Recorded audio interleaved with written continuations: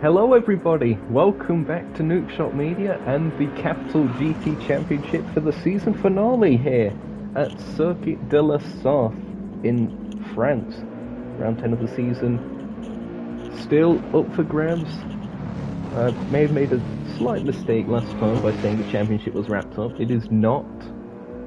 It is still between Joe of the Fire, who has a lead over TSR Sakura. That is an 18-point gap,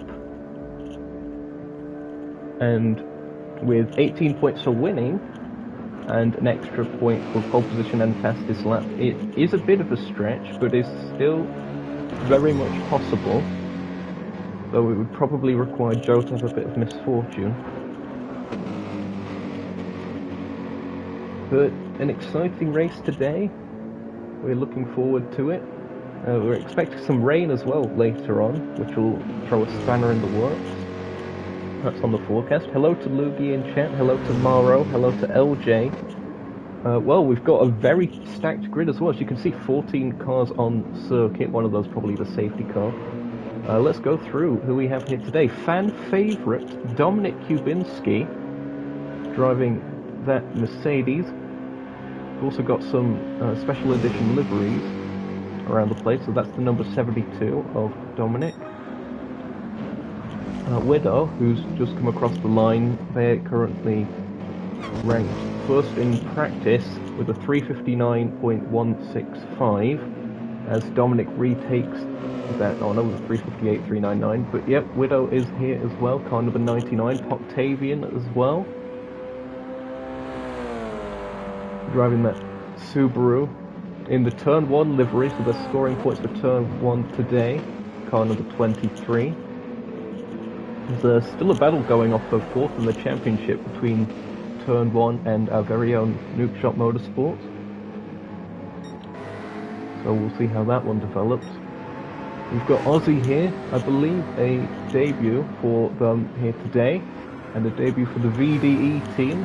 Apologies for not knowing what that stands for, but car number 44, McLaren. That's been a popular car choice throughout this season. We've seen Y-Bear is here in the Green Machine Ford Mustang, number 16,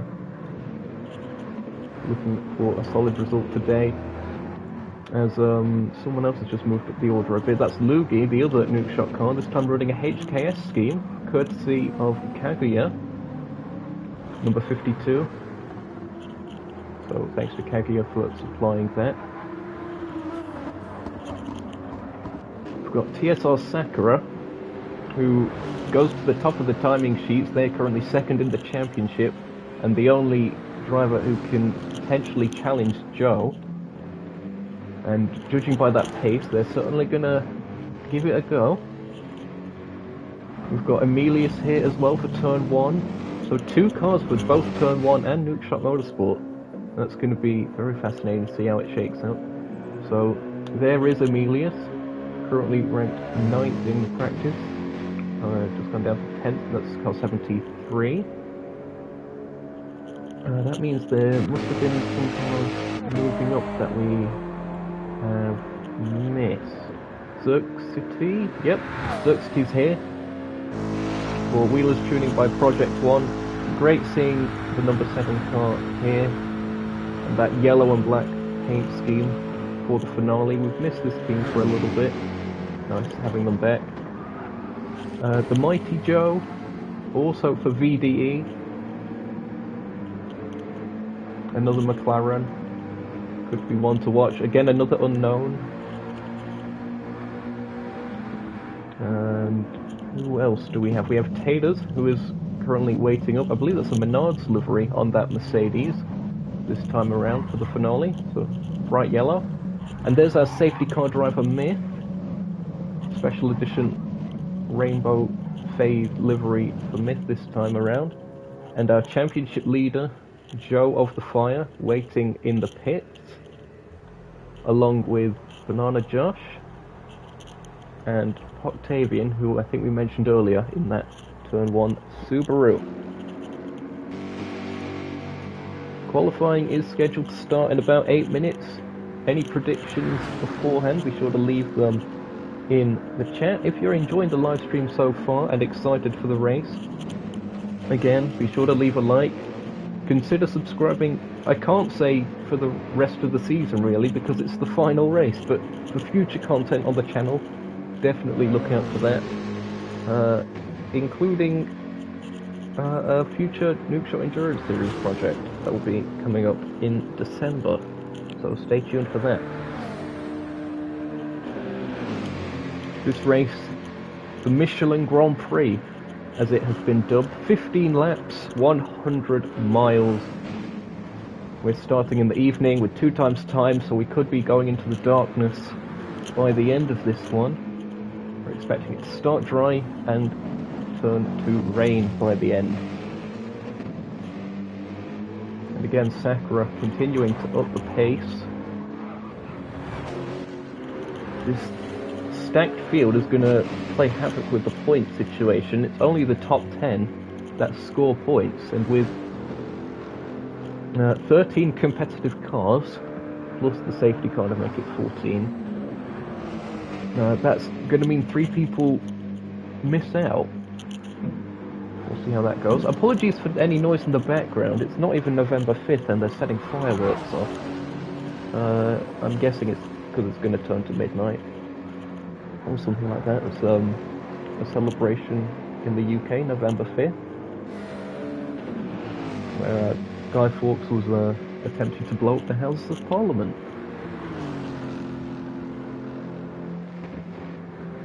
So apologies for any noise in the background. Close at the top of the standings for practice so far then, only a 10th in it as it stands. I think Sakura's gonna better it. Yep, over a second. Typical commentary curse there. As we saw a couple cars sitting in the pits. You can actually see that from this camera view, that's interesting. I always thought, because it's like, it goes into the cutscene mode whenever you're in the pits. I didn't know that was there. Sakura going down the long pit exit, one that you don't really have to use in this series. I don't actually know if they use it in the real Le Mans 24 Hours. They might do.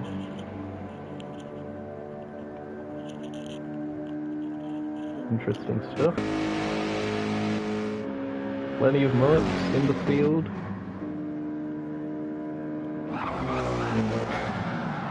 Pretty much every camera we switch to, it's a new merc. There's a Nissan.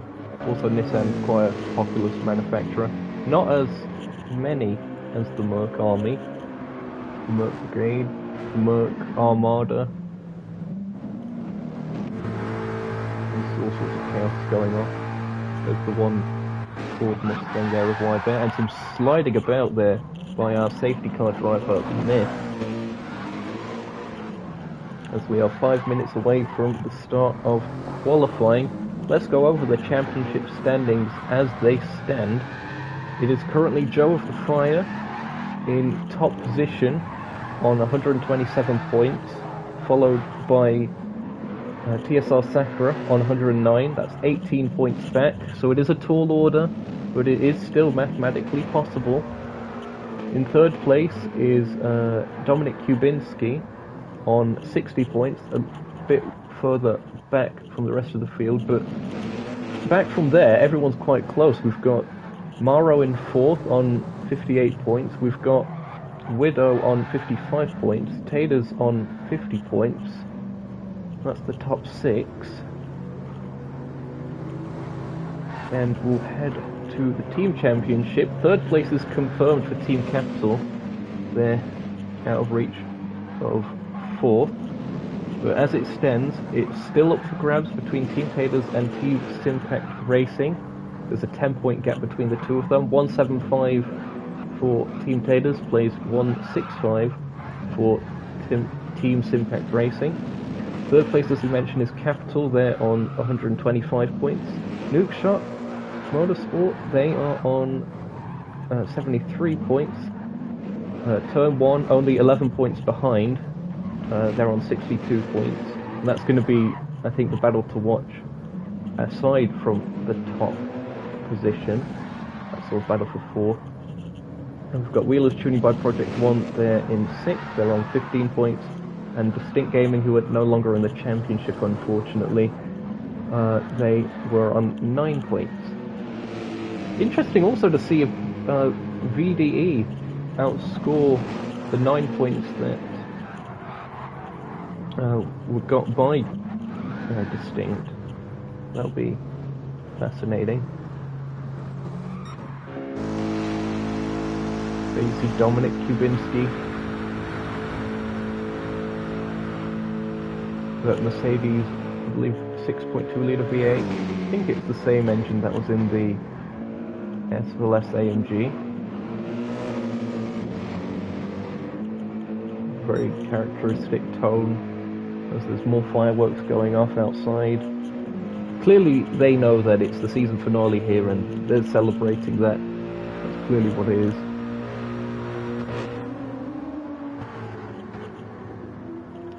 Lugi in the Nissan, on his way through the Dunlop S's at the start of the lap.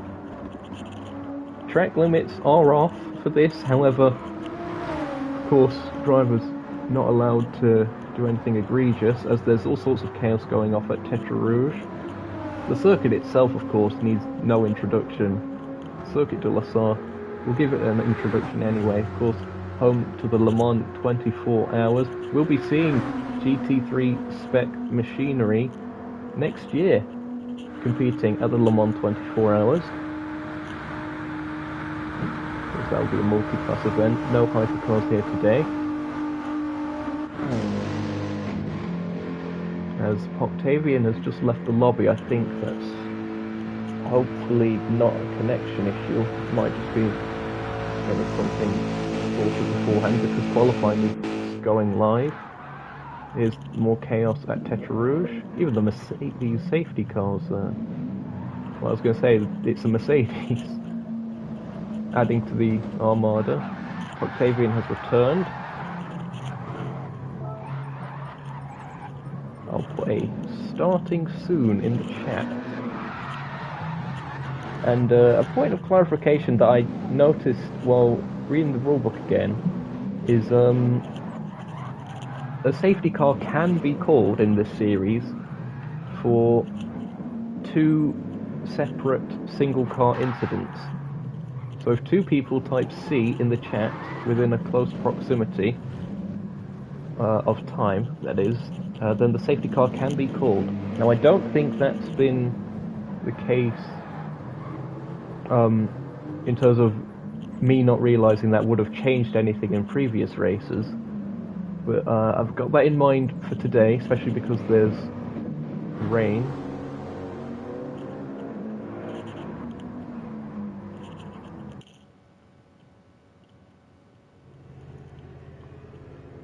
Here we go then, qualifying at Circuit de la Sarthe for the Michelin Grand Prix. 10-minute session as per usual.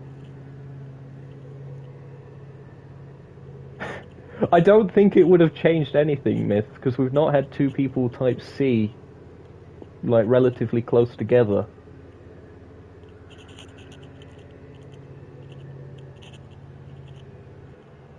Like, there was last week where it was Tater's typing C, but no one else did. So there's that. As qualifying should be getting underway shortly, but it seems there's a glitch here.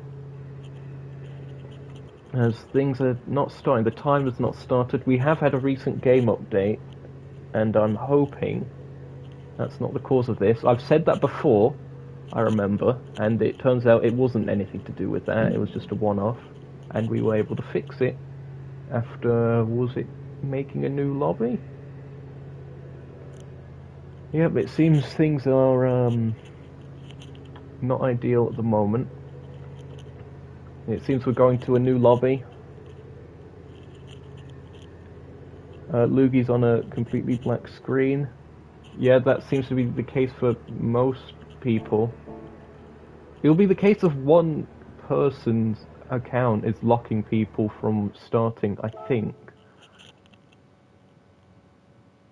So I don't know whether that would be yours from doing that, but hopefully that's not the case. Remember to clear your cache Cache data. I'm gonna do mine now. Hopefully that doing that on live stream doesn't mean I'm open to being hacked. I doubt it, but we'll see. Oh dear. Okay, rejoining the new lobby, where hopefully we won't be experiencing that again. Many people joining.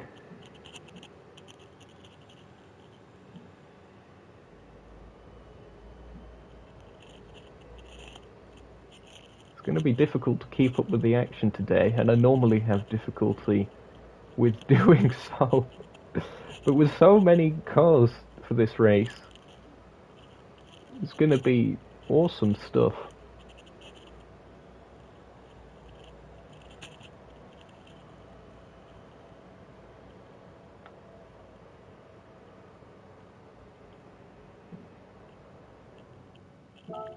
Again, be sure to leave your predictions for not only pole position but the race win in the chat.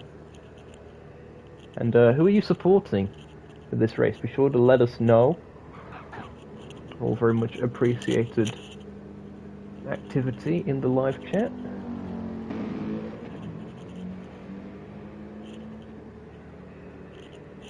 I haven't actually done the audio check yet. Hold on. Testing. Yep, okay, that is working. Good stuff. Imagine that the whole time when I've been muted.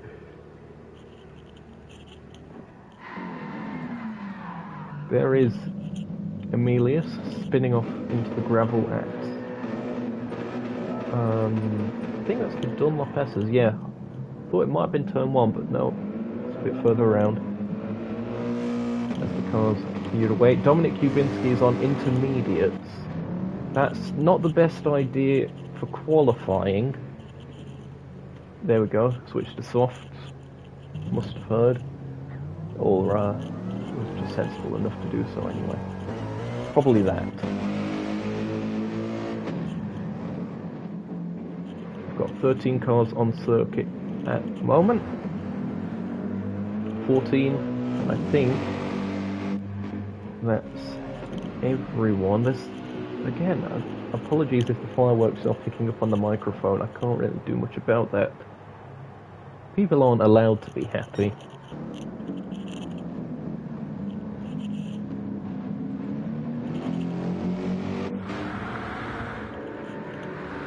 Great selection of liveries again. That's another thing. Let us know your favourite liveries in this race in the chat.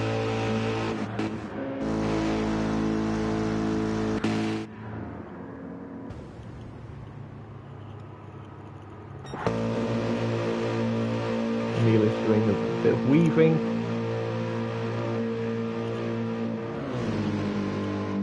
Psyching himself up for the session ahead.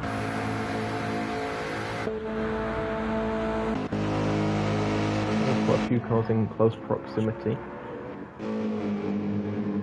There's fan favourite Dominic Kubinski on the reverse layout for whatever reason. Wind speed's interesting as well, and the direction. It seems we're getting a tailwind down the Multan Strait.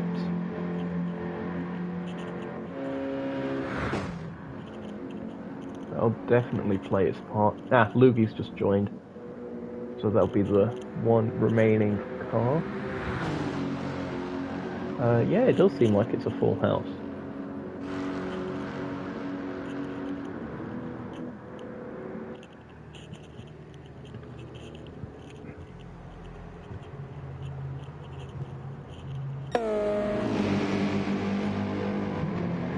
Have we missed someone then? Ah, Mihai's here. The other Project 1 car, number 29. Nice seeing them here as well. I don't think they were in the other lobby. So, nice seeing that we do have a full grid. Well, I've got almost no idea as to how this one's going to go. As Octavian oversteers a bit. Thankful that there's no mechanical damage for that. It being off. Oh, there's all sorts of chaos going down at Arnage. Here we go. Qualifying should be about to start, all going well. We're going to switch to Joe of the Fire, who is the car that normally leaves the pits first. And he has left the pits. We are green for qualifying. It is a very long outlap. 10 minutes, of course, is the session. So, you haven't really got that many chances for this. Teammates will perhaps be wanting to slipstream each other. So, we've got an outlap. One lap for one driver to get slipstream, and then one to switch over, provided that the overtime is set right. Which it should be. Joe's the kind of person to make sure of those kinds of things. So with, I think, everyone out of pits, except for Myth, of course, our safety car driver, let's go through the order once again. Joe of the Fire, car number 99 of Team Simpact Racing, that Nissan GTR, currently leads the championship standings with a very healthy margin of 18 points. Dominic Kubinski, they are here in that Mercedes, so that TSR pattern towards the door sill. Number 72, Octavian, driving for turn 1 in that Subaru. Be interesting to see how that Subaru does, considering it's got quite high stop downforce. Whether that will slow it down a bit on the straights. And it's also quite aero efficient. We've also got the Mighty Joe here for VDE. We've got Xerxity for Wheelers Tuning by Project 1.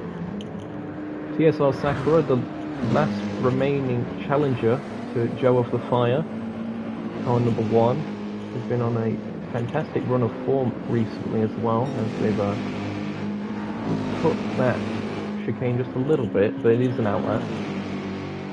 Emilius here as well, just massive slipstream train. So yeah, Emilius, car 72 or 62? It's 73. It was neither of those. Of course I get it wrong with both guesses. There we go then, 73. It's in the username, how have I messed that up? Anyway, Emilius competing once again. Lugi for Nookshot Motorsport, driving that HKS team, that Nissan GTR. Taters, Rounded Potato, that is, in the Menards livery Mercedes for Team Taters, of course. Current Teams Championship leaders is Team Taters, with a bit of a gap over at TSR. So, shuffling of positions. Widow here as well for Team Capital, I believe that is, the Bubblegum car, another special edition livery. We've got Aussie, the second of the VDE cars, on the road at least. And behind we've got Banana Josh, the Capital Lamborghini. Good seeing Josh back again. And we've got Wide Bear at the back of Peck at the moment. Car number 16 for Nookshot Motorsport. Here we go then. Cars will be trying to space each other out a bit. It's going to be difficult given the amount of cars as well to sort of position yourself if you're getting a slipstream run from a teammate. Here we go then, a lap of Circuit de la Sarthe on board with Joe of the Fire, making our way towards turn 1.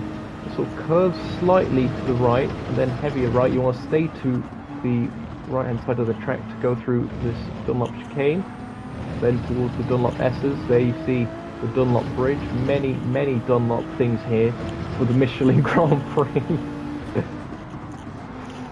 Through the Dunlop S's Joe goes.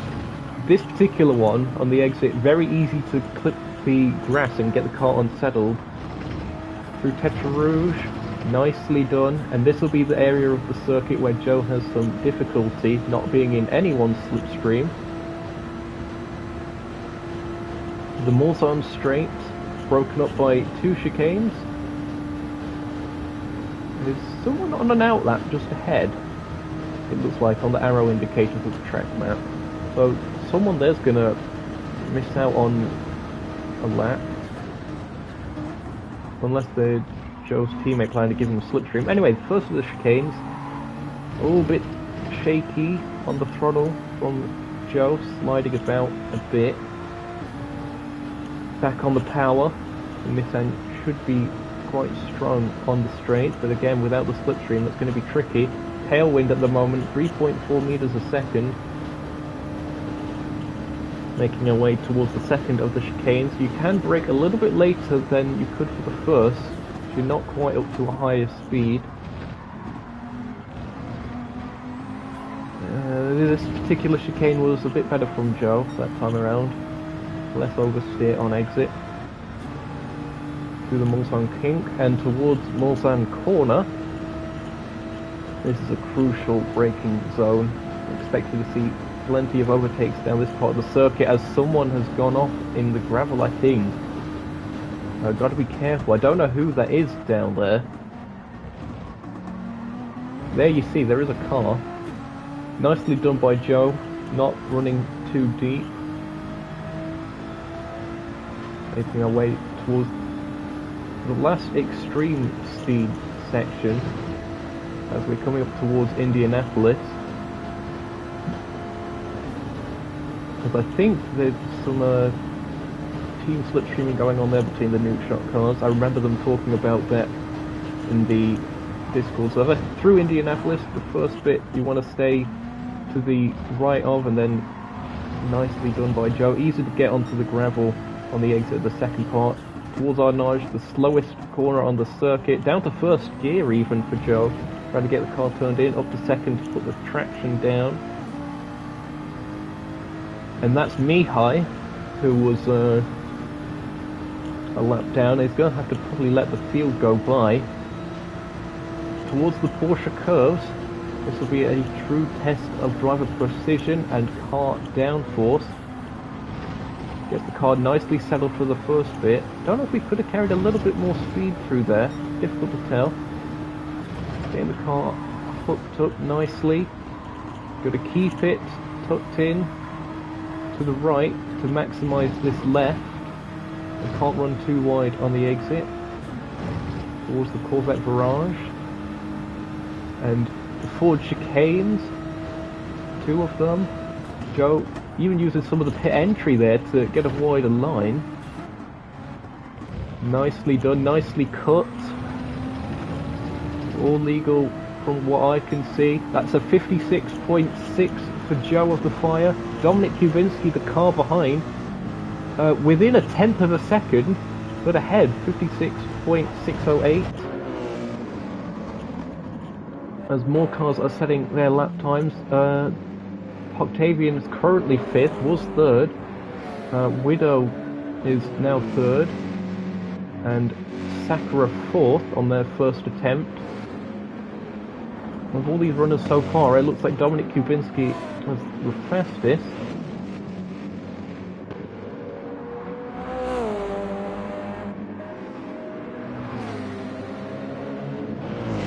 As I think everyone has passed the line for the first time, so there is Dominic Kubinski, currently top of the timing sheets and has slipstream again off of Joe of the Fire, who's currently 2nd, and that's impressive from Joe considering he's not had slipstream. And he's getting some now from Dominic.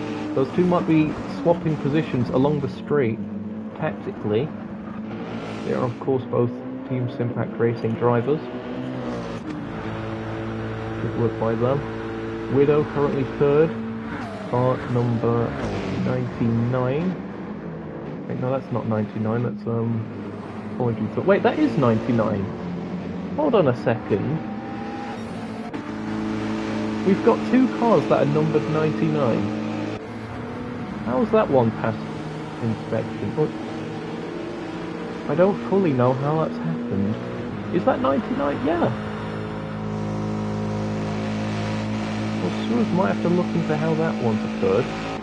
Sakura's currently 4th. They have slipstream from the Mighty Joe, and ahead of the Mighty Joe is relatively clear air, so they could be timing this nicely, although there's a bit of contact that could hold them up. But Sakura will be looking to improve on this particular lap, trying to find their way past the Mighty Joe.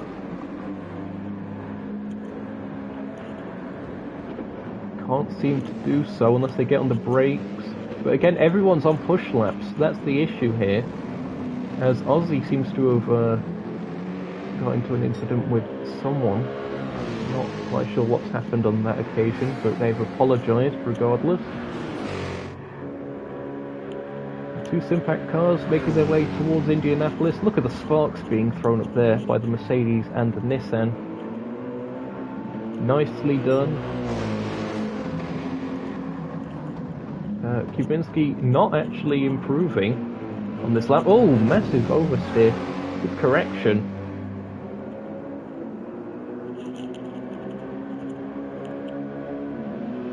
Well, the timers ran out, so it's the last lap for everyone, as we've expected.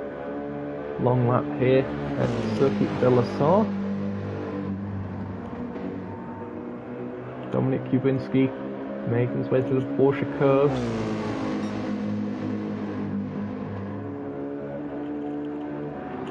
It's going to be tricky for Joe to follow. I wouldn't be surprised if Joe falls further down the standings with this. Because if Dominic's not improving, and they started the lap ahead, behind Joe, then surely Joe's not going to improve further. That would defy the laws of time, physics, everything. Dominic Kubinski about to come across the line. Do they improve actually? They do. It's a 55.9 for Dominic. Joe doesn't improve, but Dominic with a nearly 7/10 buffer, as Octavian is 5th after crossing the line, 358.1. Xerxes is 7th, 359.0. Sakura, I think that's only good enough for 4th for Sakura. 357.459.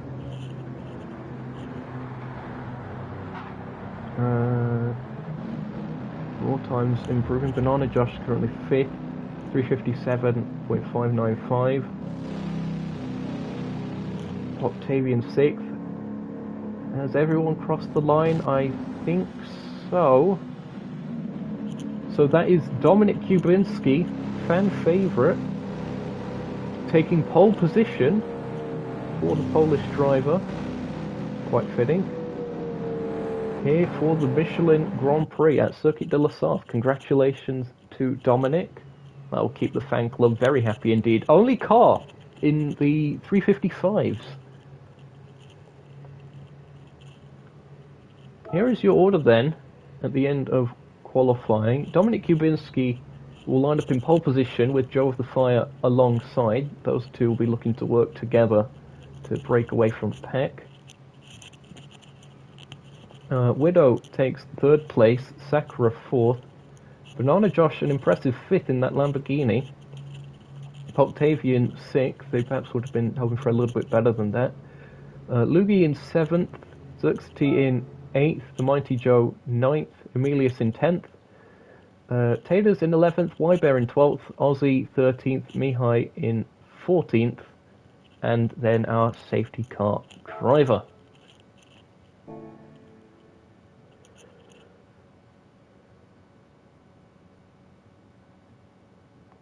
So, Dominic Kubinski being asked what side of the grid he wants to line up on. I'd take a guess they'd want the insideline.com, which in this case is right. Yep, right hand side. Okay, so odds will be on the right, evens on the left.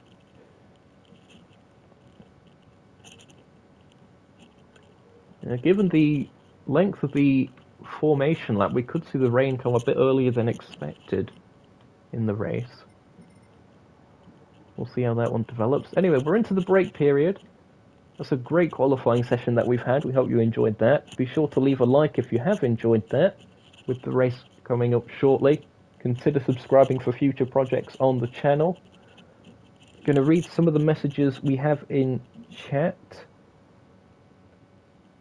Loogie saying that his lap was ruined, unfortunately, by taters, so evidently some being held up. That's the tricky thing with it being such a long circuit with just a 10-minute session is everyone's pretty much on a push lap all the time, so you're going to end up impeding someone.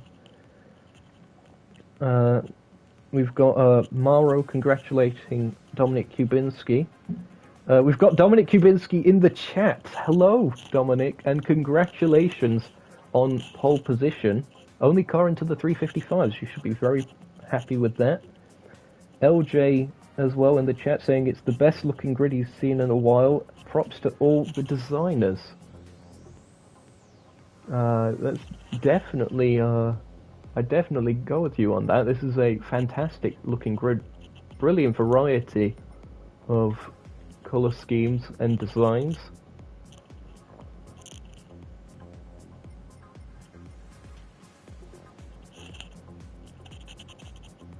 Awesome stuff. We've got a supporter for Loogie in the chat, Matthias. Apologies if I've mispronounced that. Yeah, there you see, supporter of Loogie. So they're currently 7th in qualifying. We'll see if they're able to move up the order.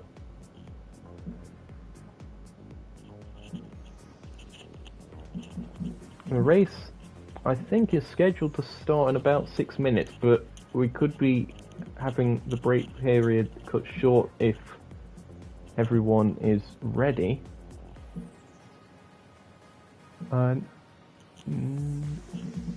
Never mind, it should have started 4 minutes ago, not on the hour.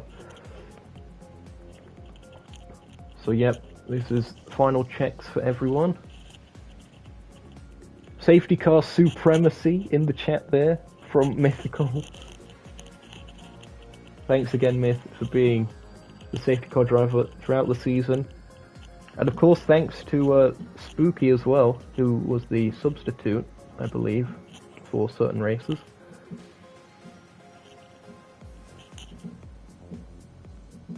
Emilius isn't back just yet, we're hearing, and Dominic Kubinski as well, apparently, waiting on. Emilius is back. This race is also brought to you by Vimto. That's the drink of choice for the finale here today. Good stuff. Oh, it's nice and cold as well. That's one of the benefits, is getting closer to winter as the water gets colder.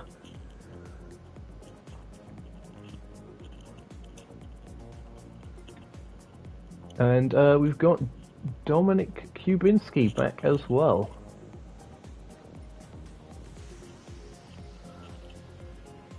Here we go then.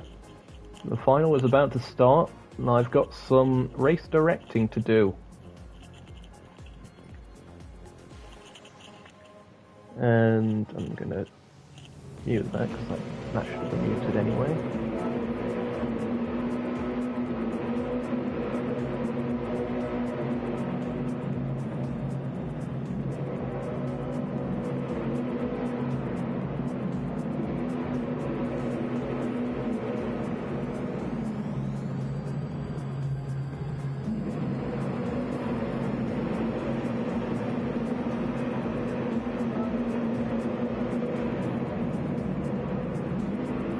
Oh, wait, hold on. Has the grid got stuck?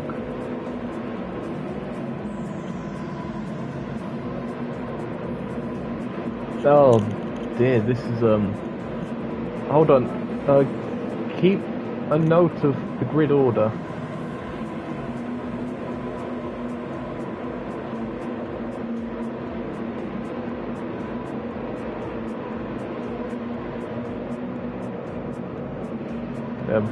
Took several screenshots if it helps.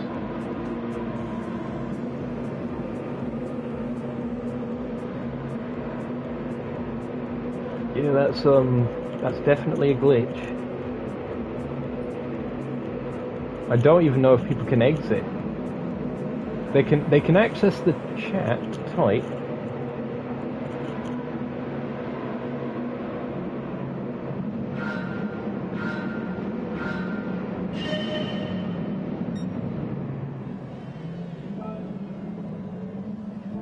Now I don't know what's happening.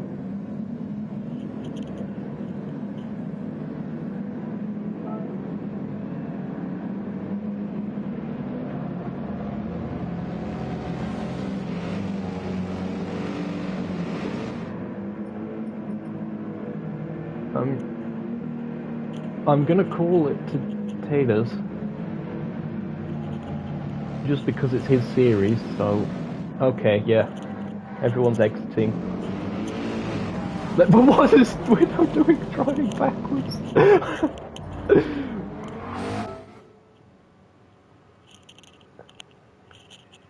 That was odd.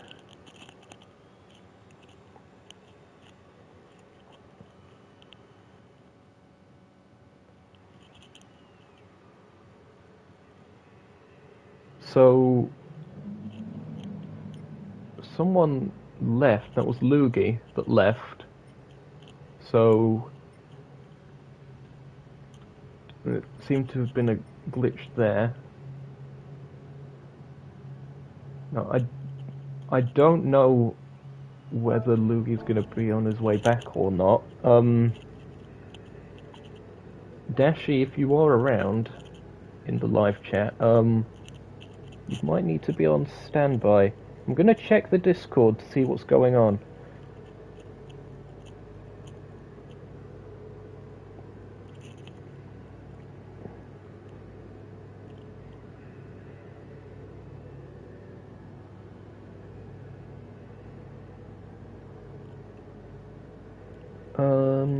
Yeah, it seems that Loogie was on a completely black screen again.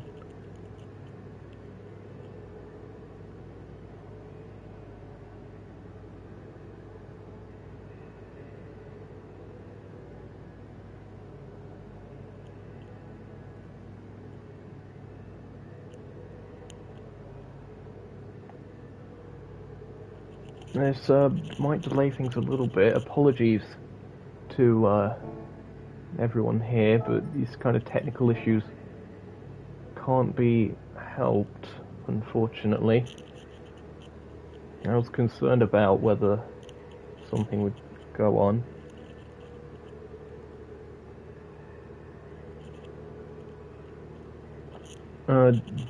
Dominic's on intermediates again. That seems to be the default tyres he's set to.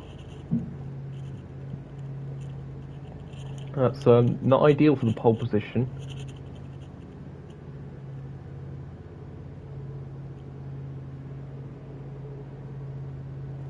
There's a bit of confusion on Discord.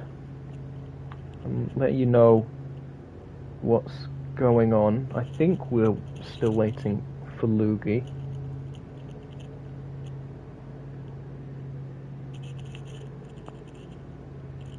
It's going to be up to Taylor's call. If it happens again, then we're probably going to continue anyway, and Loogie will just go down as a DNF.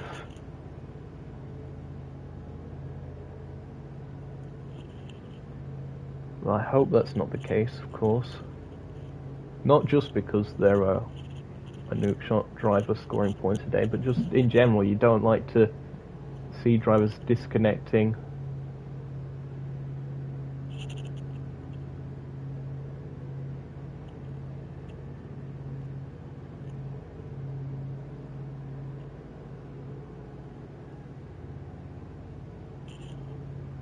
Loogie has joined the lobby again. That's a good start.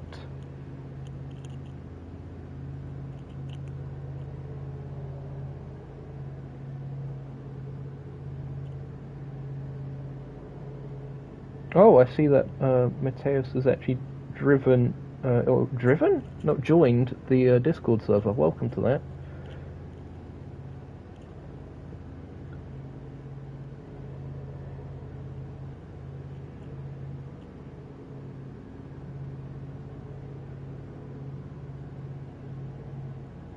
People are saying didn't ask in the Discord, oh dear.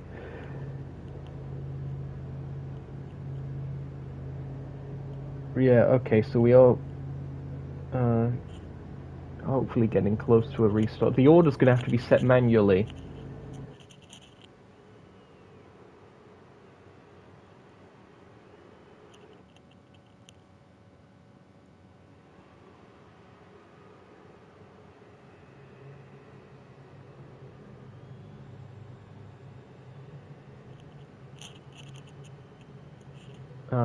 I'm going to see if I can quickly send Joe screenshots of the grid, if he's not got them already. Let's see if I can find him on this list.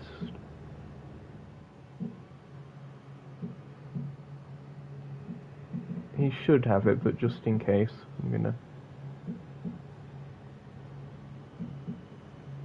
send him screenshots. Okay, those should be sent.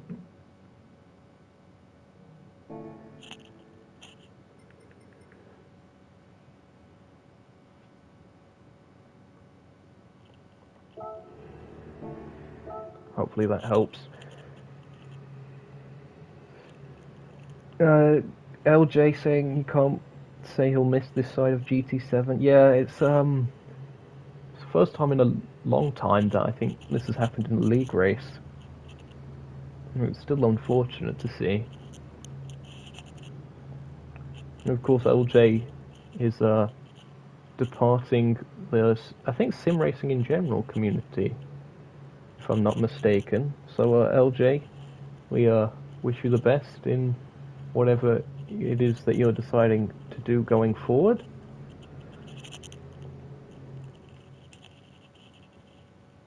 Of course, feel free to stay in touch. We're all good friends after all.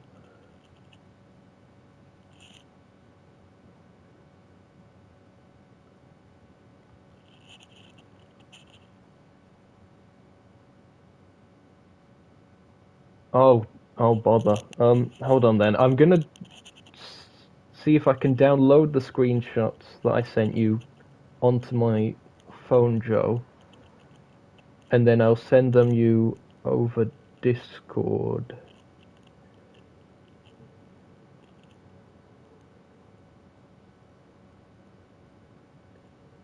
And see if that works.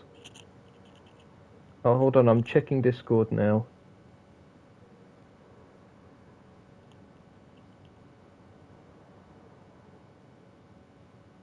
Okay, so Taylor's has got the order there. I've just sent some screenshots to confirm.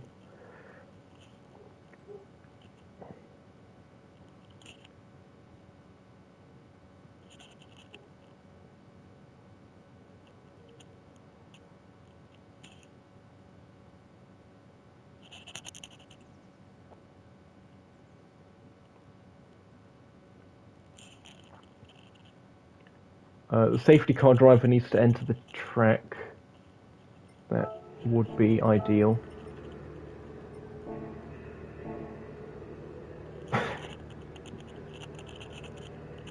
Oh dear.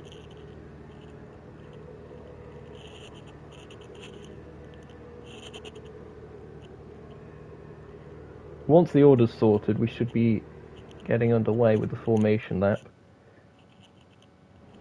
which is now. Please, let it stay this way. Oh no, Dominic's on intermediate still.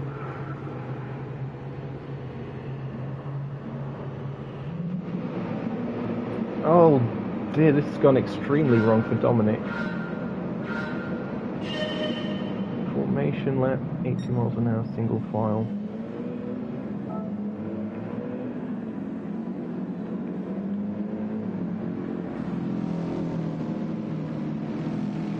I did mention that earlier, but I think Dominic just didn't realise. LJ in chat saying he wants options. It's an ex-Maddie G moment for Dominic Kubinski. Oh, that's extremely frustrating. formation lap has begun. Now, what will Dominic do in this situation? Do you just stay out? Or do you just pit immediately and hope for a safety car? I suppose that's what you gotta do. You can bail to the pits pretty immediately. Although, no, you still have to maintain speed until you're in the zone, so you're not going to get as much an advantage. But I think that's going to make Joe our effective leader if Dominic goes into the pits this time.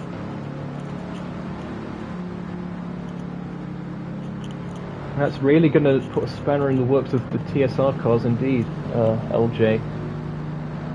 With,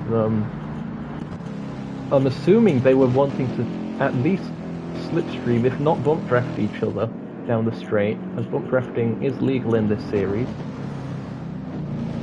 And that's going to be difficult if one of them has to make a pit stop this early. Let's go through the order after all of that chaos has shaken out. We've got a lot of time to do so. Dominic is getting a bit close to the safety car for comfort. I do put 2 car lengths in the chat, and that certainly isn't 2 car lengths. It's practically tailgating him. It's an advisory thing from me, I know, but it's still not ideal. So we've got Mythical, our safety car driver, leading them. Dominic Kubinski on pole position with an unfortunate choice of tyres. We've got Joe of the Fire, championship leader, in 3rd place. Widow in 4th. Sorry, that's actually 3rd because of the safety car. So 4th place is Sakura. 5th place is Banana Josh. 6th place is Octavian. Lugi is in 7th. Xerxes in 8th. 9th place is Mighty Joe. 10th place is Emilius. 11th place is Taylors. 12th place is Ybear. 13th place is Aussie. And Mihai is in 14th place.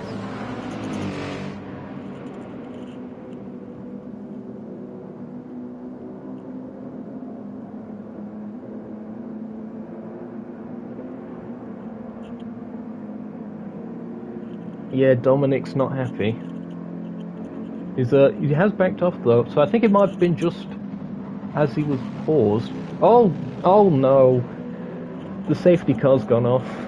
It's happened. Oh, and Dominic's been spun around by the safety car. What has happened? Everyone just calm down, resume. There we go. No mechanical damage. That was nothing more than a funny moment. Don't worry about it. Things have continued.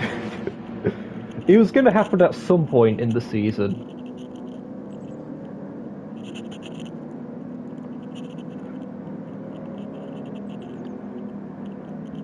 Oh dear. Cars making their way down the last extreme speed section as they're making their way towards Indianapolis. And that rain is going to be on its way throughout all of this. We might be going slow, but the rain certainly isn't.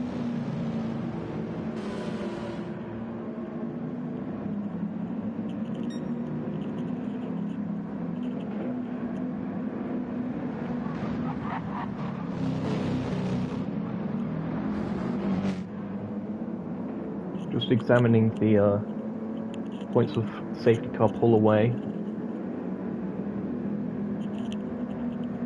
and such.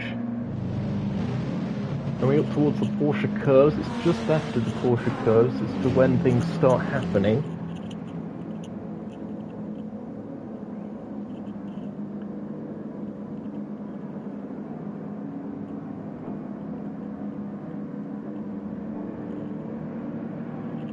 Apologies if there's a bit of a lack of commentary while I'm negotiating this part of the procedure. It has to go smoothly.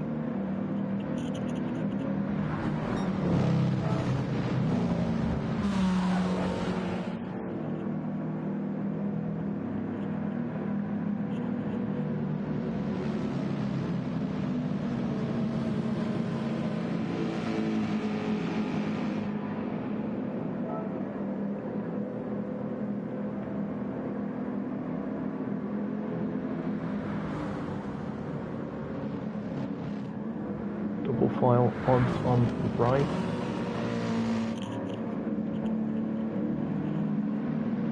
And that means that Joe, because he's an even technically, is going to be on the left on a row by himself.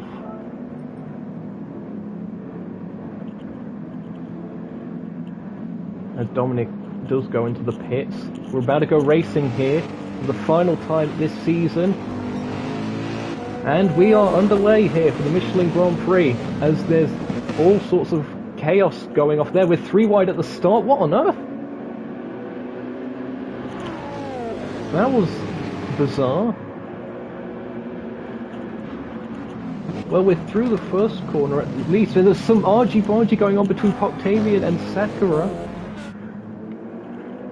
Onion bargies, I should say, that's the phrase on this channel. Sakura's up to 3rd, Octavian 4th. As there's absolute mayhem behind. Project 1 goes off.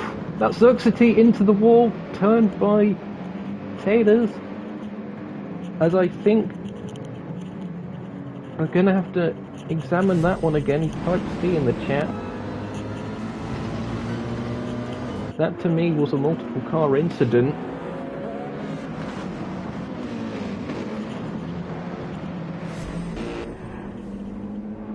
I'm gonna do one more check. See if I can get a stupid camera. There, that's the one I need.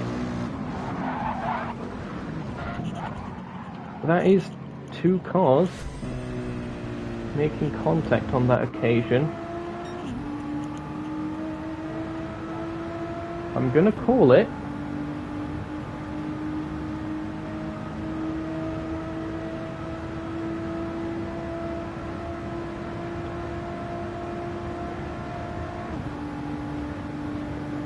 Safety car pits closed.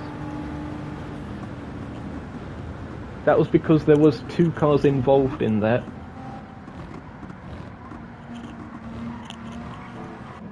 Might have been one person typing C, but it was 2 cars in the incident.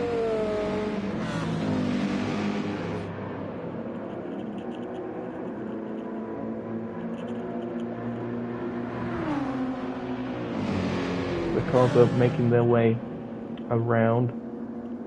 They're going as fast as they can.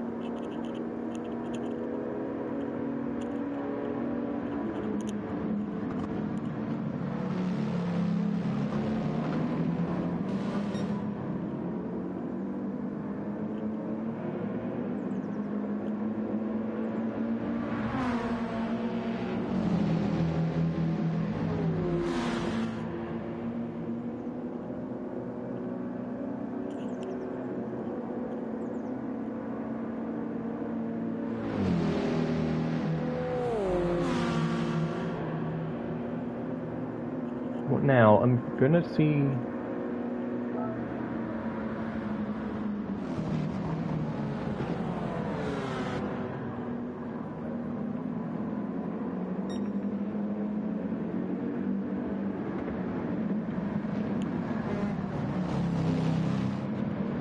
I'm gonna say 80 miles an hour at the Porsche curves. That way, it should give everyone a chance to catch up and we can open the pits this lap, just to save a bit of time.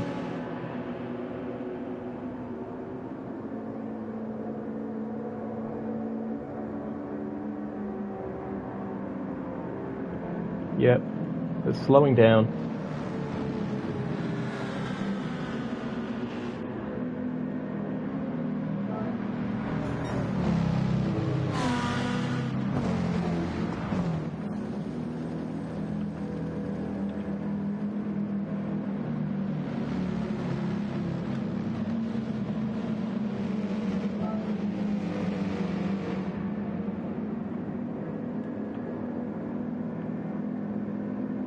Yeah, everyone's caught up. I'm gonna say pits open just so we save an extra lap of racing here.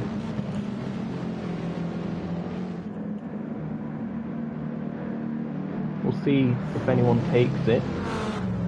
I highly doubt it. But this is exactly what Dominic needed. As Banana Josh into the pits, interestingly. Perhaps gonna fuel up. can go longer for this stint. Okay, the safety car is coming up there. We've got plenty of time, so I'm not going to slow down the car to 60 miles an hour. It can maintain 80.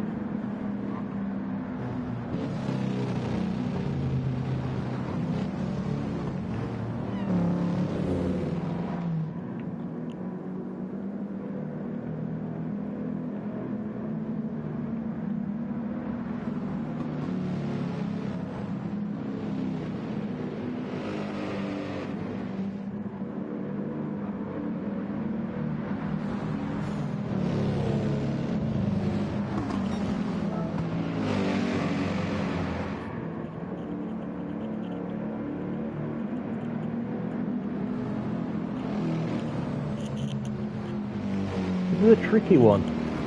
It's a tricky one indeed. They're weaving to keep the tyres up to temp. The sun's going down as well, I've noticed. So track temp going down. You could definitely see some night running by the end of this.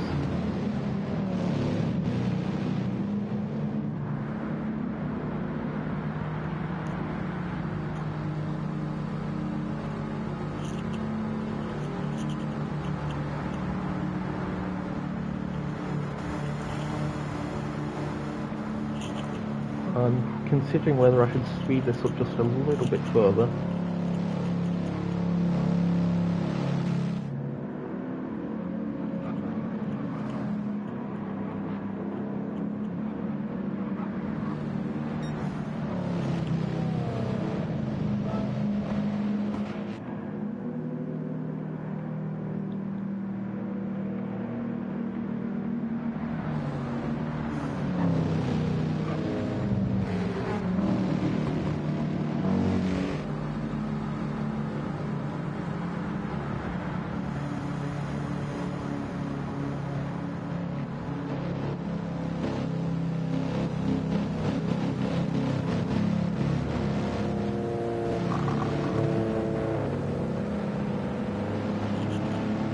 There, going up to 100 miles an hour.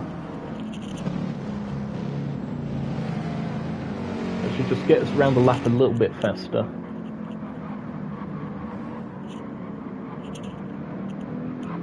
Hopefully that's all okay.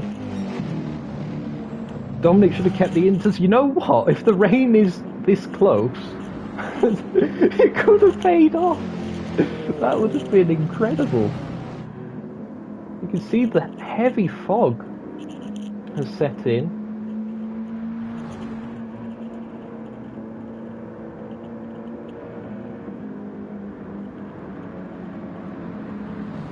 I wouldn't be surprised if the rain is on the way. We unfortunately don't have a weather radar here in the commentary booth, but we're going by the fog and also the if we see any action of the windscreen wipers, which currently we don't. So as it stands, it's Joseph Fire, our current leader.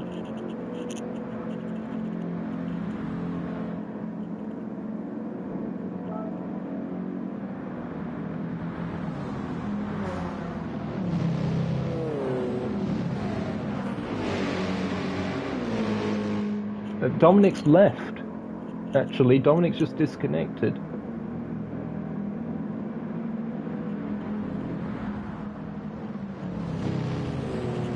So that's unfortunate to see. Even with the safety car, that would have helped him. But that's a frustrating one. Hopefully, we'll see him in the chat here. What happened?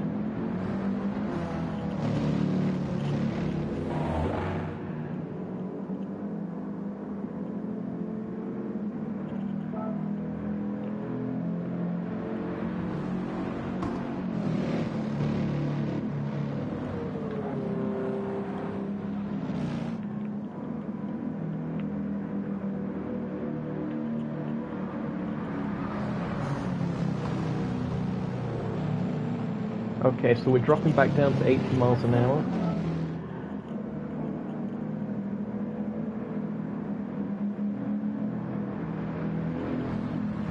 Joe will control the restart.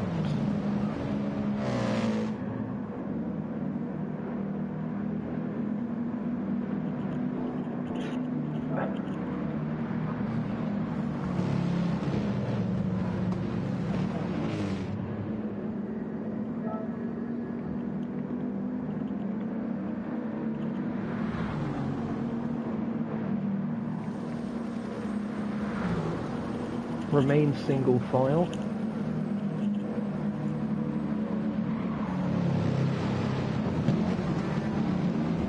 There's a yellow flag. I think that's just for the safety car going in. I'm not going to type have a good race yet in case they think that's me calling the green. We are nearly back underway. There we go. Hopefully things stay clean from here on out. Joe with the fire, race leader after all that chaos. There's some overtaking going off for 4th and 5th. Octavian and Taters battling it out. As I think that's Loogie going a bit wide, nearly span. Joe still leads the field. The darkness really is setting in. Widow in 2nd, Sakura in 3rd. Octavian held on to 4th from Taters in 5th. 6th place is the Mighty Joe, and then the gap starting to develop a bit further back as the Mighty Joe runs a little bit wide through Tetra Rouge. Track limits are off, but we're still expecting drivers to respect them, at least within reason. There's some battling going off between 2nd and 3rd. Here we see an overtake, Sakura using the slipstream. The Mercedes, able to stay level after the momentum was cancelled out, has to cut across the chicane, has to slot back into the slipstream as well. Got to be careful with those bollards as well, they can really upset the car. We're hearing from Dominic Kubinski that it was his internet that gave out. Unfortunate to hear, Dominic. Just wasn't your day today, I suppose. But what could have been impressive pole position lap regardless. Hopefully we get to keep that point at that. I'd be surprised if you're not. Making the way through the 2nd of the Mulsanne chicanes. We don't continue to close in. I don't think Joe's able to escape the rest of this pack. It's the top 5 with the Mighty Joe just about hanging on in there as well. We've got Ozzy, their teammate for VDE, in 7th, 8th place is Xerxes, hunting him down. Emilius with a train of cars behind him. Cars juking it out. Look at that in the background. I think that's Emilius trying to hold off the positions. I think they've gone deep. They have gone deep into the gravel at Mulsanne corner. They rejoin. Meanwhile, Loogie is down into 13th. We saw them oversteer a bit through the Dunlop S's at the start of the lap, so they must have fell down the order a bit from that. Joe with 9/10 of a gap over Widder, over Taters, who's now into 3rd. As the Octavian, the switcheroo! Octavian runs deep into Indianapolis, and they lose position. The Mighty Joe goes through as well. Octavian looks to go back down the inside, can't quite get it to work. Looking for a bit of traction. We're going on board with the Subaru.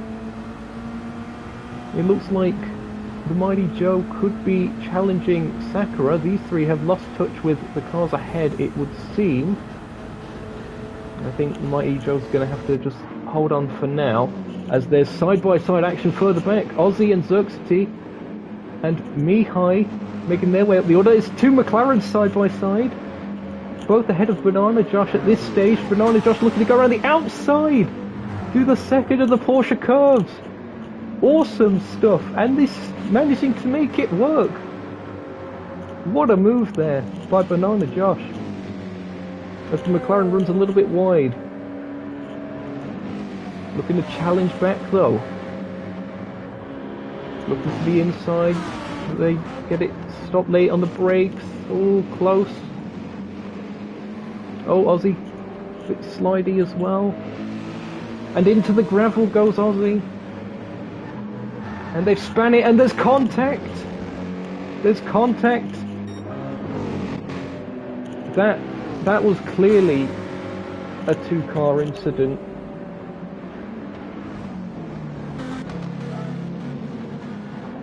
And yet, SC hits close.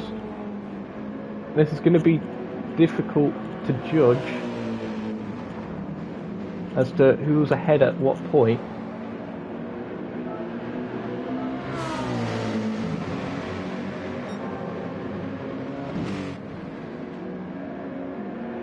Drivers should hopefully settle it amongst themselves.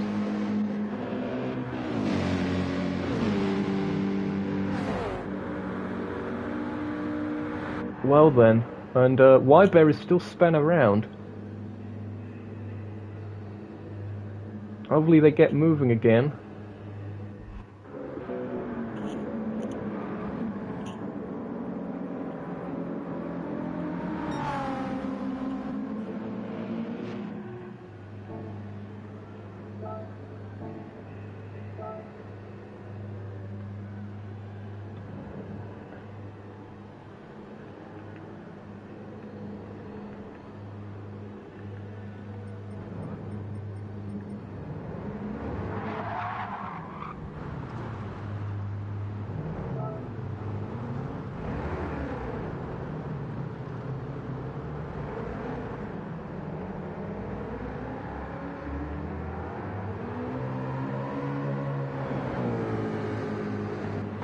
Right, so I've got some stuff to do.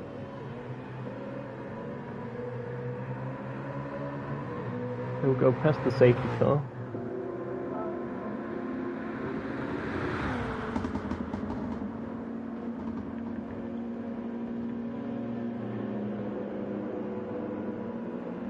$80 miles an hour now. I'm saying that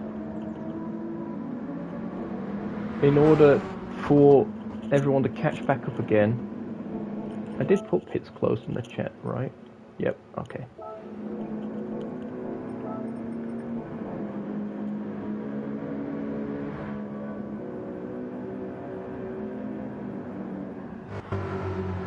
So Bear will continue the way around.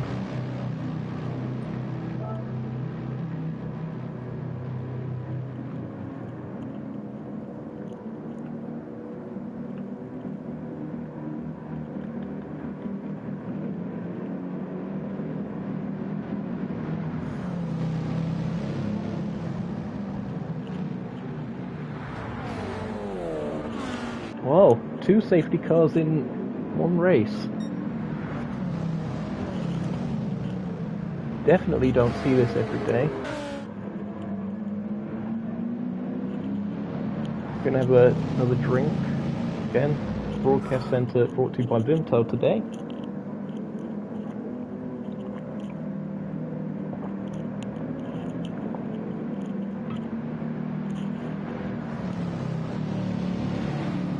I wonder how close that rain is. Everyone's got their headlights on. That indicates either fog or darkness setting in.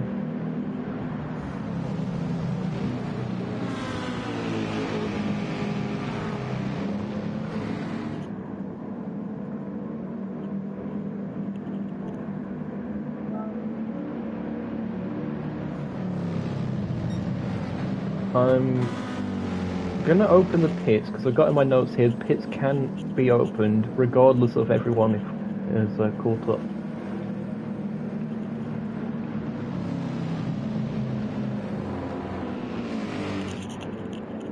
So I'm putting that there, and depending on how far the rain is from now, because you're not going to be wearing out your tyres on the lap after this either, so it could pay off to go for wet tyres. We'll see if anyone does. Joe seems to be doing so. Everyone seems to be doing so. Okay. So Myth, you might want to move a bit further round from pit exit.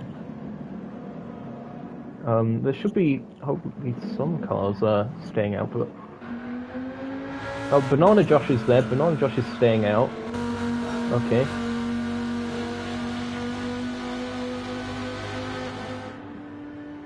the only one to do so. Interesting strategy call. I don't know if they've seen the weather radar or not. Okay, Myth is driving off.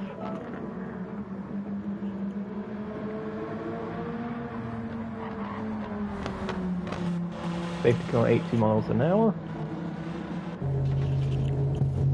Now, into the pits they go. And they're fueling up as well. This could really switch up the order. Widow is first to leave the pits.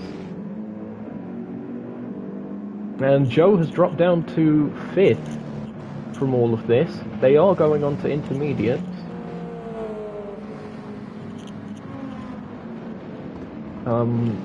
Hopefully Y-Bear does the same. Yeah, he's heading in. Okay. That's my team manager sort of brain there. Rain on the radar, we're hearing from Myth. Thanks, weather reporter there. Much appreciated. Banana Josh is probably made the wrong call with that one then, because we're hearing the rain's only going to get worse and worse as it continues. Currently, windscreen wipers aren't on.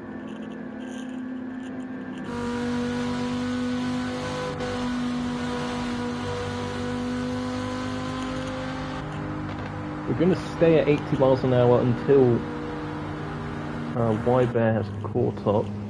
Oh, there's rain in the pits. We're seeing rain in the pits. And Y-Bear's gone for full wet tyres.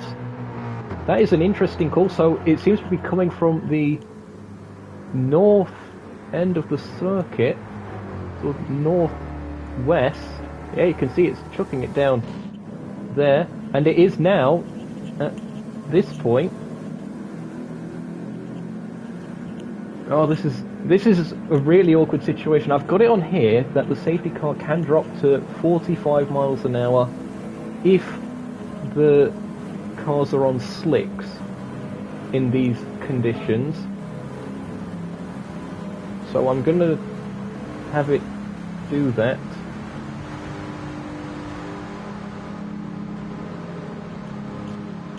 Purely because Banana Josh is on slicks himself, and this is getting to be impossible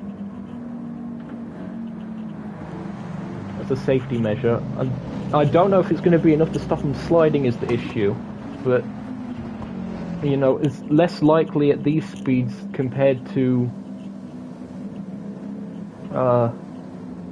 otherwise. Oh no, the safety car's on racing softs. The safety car's on slicks. Oh, you've got to be kidding me. Perhaps sports tyres would have been a good call for this, for any conditions, but oh dear. Yeah, we're definitely going to have to stick at 45 miles an hour for this. The rain continues to build up. Oh no, it's chaos.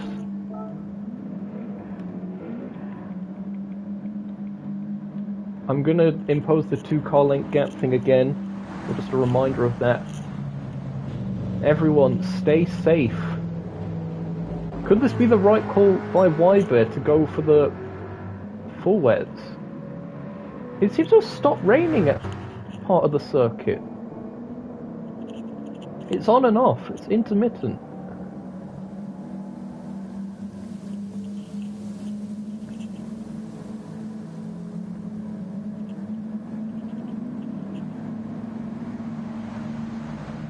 Okay, I think, Myth, if you have them, if we have another safety car after this, make sure you switch to the full wets just to be safe, even if it's dry or whatever the conditions, just so we're not caught out by something like this. It's been difficult to predict. I definitely didn't see this one coming, but just hold on to it. You're doing a good job. And don't panic. Everyone has caught up. According to this. Yep, Y-Bear in 13th at the back of the pack. On the full wets. That could give them extra confidence in these conditions. It's Banana Josh that leads, but on slicks. And look, you can see the aquaplaning marker going that sort of blue colour above the white indicator. That's already 2/3 full.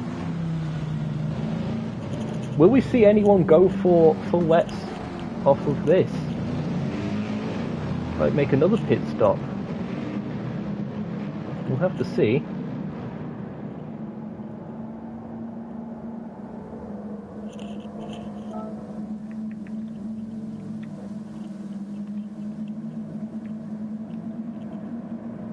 Dominic's joined back.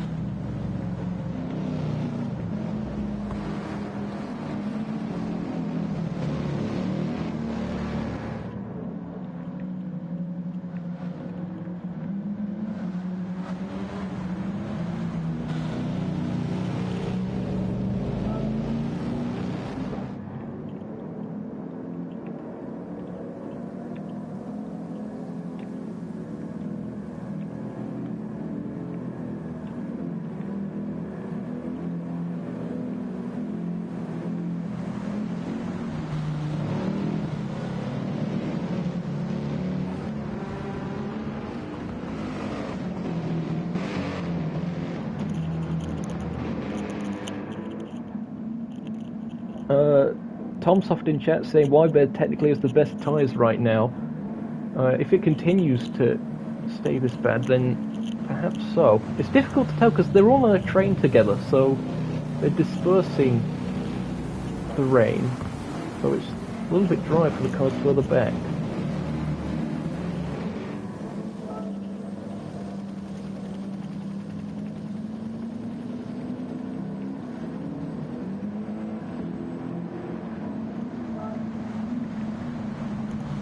I'm just gonna say this in voice chat, mate. Don't even attempt to pull away before the marker, because you're on slicks again.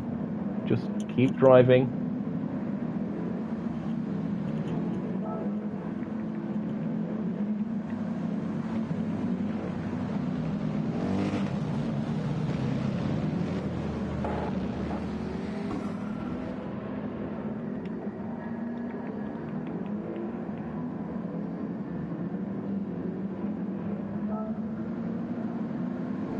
It's still open, of course, so we'll see Banana Josh likely do that. They're bunching up again. This is dangerous. It might just be the camera, but the reason I suggest to them to maintain 2 car lengths is because of, you know, the potential of them to run into each other. Banana Josh going into the pit. Sakura faking going into the pits. Taters is going in. Taters was also on softs. And full wets was Mihai. Why is Mihai pit? Here we go then.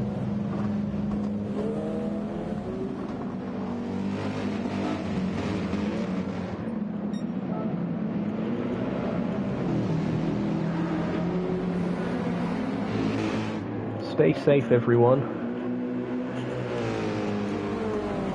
We're back to racing here at the Michelin Grand Prix at Circuit de la Sarthe. Round 10 and the season finale of the Capital GT Championship. Widow runs a little bit wide through turn 1. That's one of the VDE cars having to take to the escape road. They're all shuffling about, making their way through the Dunlop S's, as I think there's a car that's span. Who on earth was that? Further back. Mihai. Mihai's still on softs. Wait, what? Wait, hold on a second. Did Mihai go from full wets to softs? Is that what happened? What on earth? Anyway, Widow still leads. It's side by side. 3 wide! 3 wide down the Mulsanne straight. And it's Octavian taking second place. There you see the two championship rivals, Sakura and Joe, battling it out.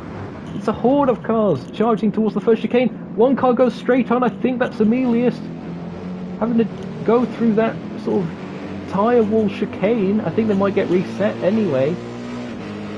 Absolute madness as the rain hits here at Circuit de la Sarthe. There you see Lugi in 4th, Xerxes in 5th, Sakura's down to 6th place.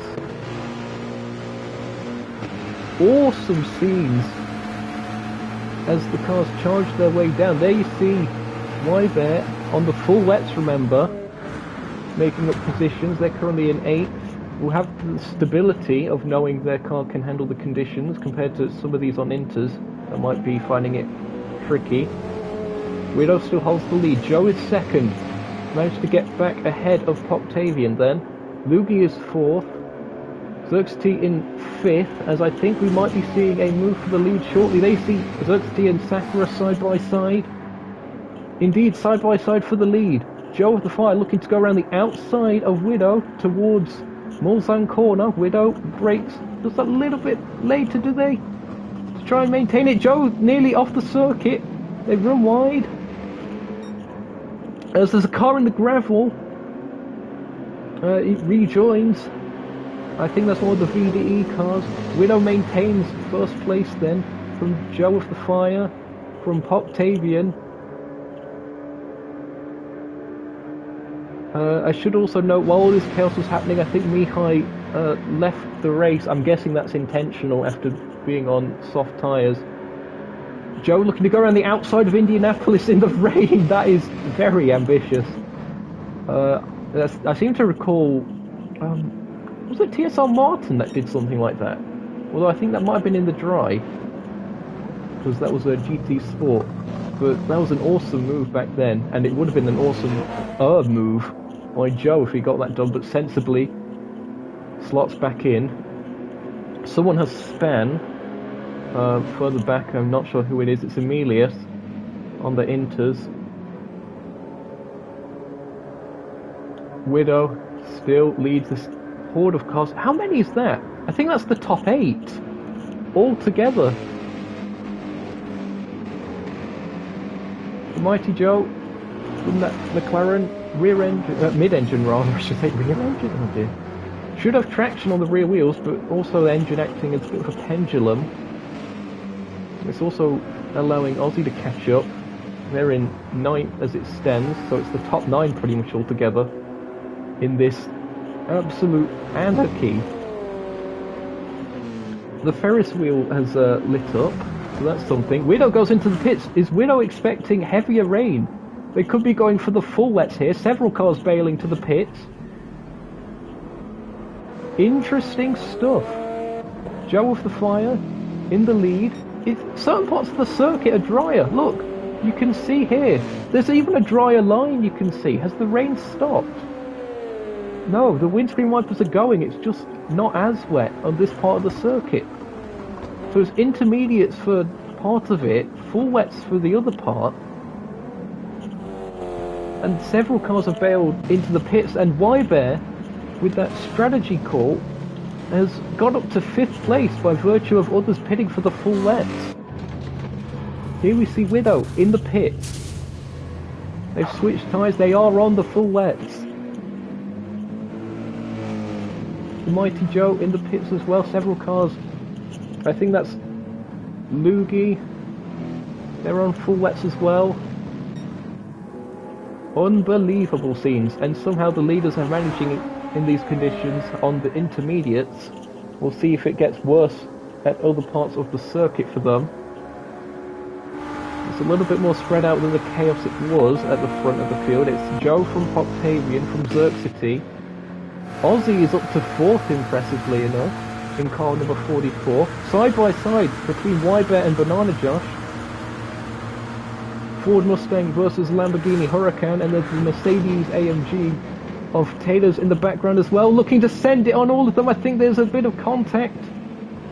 Side by side they run. Taylor's still in there, I think. Slots back in, yep.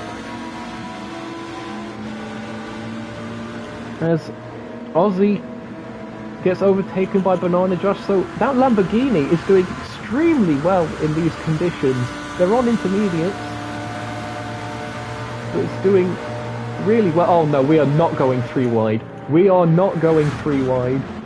Okay, we're not going 3 wide. that was really tense stuff. Oh, twitch from the McLaren. Slide McGee's all over the place.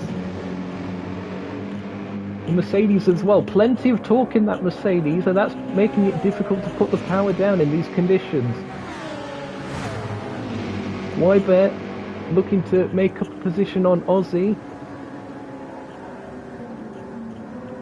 Side by side they run. There's also a pack behind these, as Weber I think has gone too deep. Yep, into the gravel. They've got to recover. Just left it a smidge too late on the brakes, but they're back. Let's check in on this other group. It's Emilius that leads it on the intermediates, followed by Widow, who made the pit stop for the wets. Of the ones that made the pit stop for the wets then, that's the leader, Widow. As Emilius has ran deep and lose that position.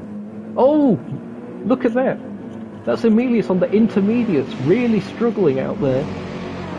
Probably could have done with switching to the full wets themselves. The drivers that are really confident in their cars seem to be the ones that are able to hold it on intermediates, but it might be safer for a lot of these guys to have just gone for the full wets. So you've got that little bit of extra margin of safety as cars continue to run a little bit wide in places. I think that's Weber running a bit wide at Arnage, as side by side is Ozzy and Taylor's, and in fact Weber with an incredible run, perhaps able to apply more throttle with those full wet tyres, and still they battle going through. Little bit of onion barges between the two of them. Taylor's goes back into 5th place, and it looks like Ozzy could be challenging for 6th. Has to stay behind for now as they go through the Porsche curves. It is Joe with the Fire still leading. The rain has picked up.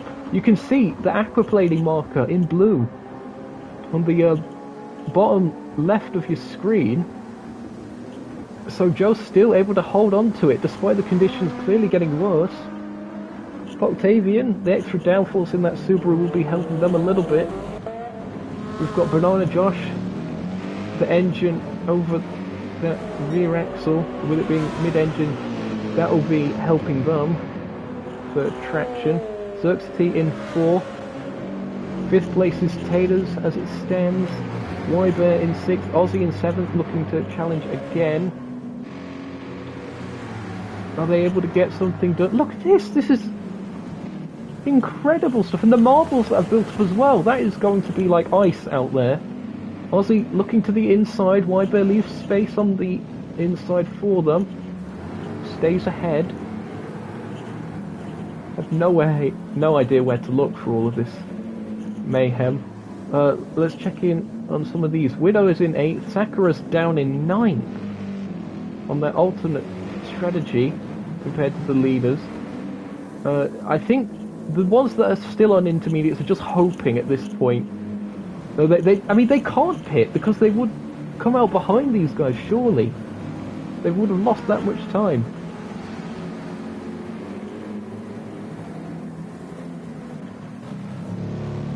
Emilius in 12th, still on the intermediates themselves, sliding about. Impressively, we haven't had another safety car as of yet. Hopefully that's not because of the commentator. Side by side for 2nd. Octavian being challenged by Banana Josh. That Lamborghini is looking extremely strong in the rain. Was it the Lamborghini that was strong at high speed ring in the rain as well? So perhaps that car is really well set up for these conditions. Side by side they run again. The Subaru BRZ versus the Lamborghini Huracan. Look at that. Absolutely pelting it down with rain. I think the Subaru has the edge going into the second chicane. Will take a bit of a better slipstream run for the Lamborghini to get past. But will they have the pace to challenge Joe up ahead? Joe has an 8-second lead over the whole field. That is an extremely impressive margin. Octavian goes defensive down the final part of the Mulsanne straight. Banana Josh pulls alongside. Xerxes looking in the background to capitalise on any potential mistake. Oh! The flames there coming out from the side exhaust of the Subaru, scorching the side of the Lamborghini. And it seems that Octavian holds on to it for now. Bit of a slide from, I think that's Taylor's, but they gather it up in the background, in that Menard's car. Still side by side, they run. The Lamborghini, perhaps with a little bit of a better run this time. Or do they have to slot back in for Indianapolis? This is not going to end well, guys. We're checking from this camera momentarily. Oh, nearly clipping a puddle. That is extremely dangerous to do on the intermediates. Octavian running a little bit wide. The throttle control of these guys, especially the ones that aren't using traction control, like Banana Josh, as you can see, that is incredibly impressive. Look at this, trying to put the power down. There goes the Lamborghini. Side by side once again. Plenty of cars in the Arnage and Indianapolis section, all bunched together. This is the most prominent battle as it stands, though, as I think Banana Josh might have this. They're on the inside for the first Porsche curve. Octavian somehow keeps it round the outside. Awesome racing between these two. And I'm going to have to check in on some other battles further down the order, if I can. Tader's in 5th, Wybear in 6th, Aussie 7th, Widow in 8th, Sakura 9th. Mugi looking to challenge Sakura down the inside, not quite going into the Porsche curves, but extremely close again. 11th place, the Mighty Joe is in this one, looking to challenge Lugi.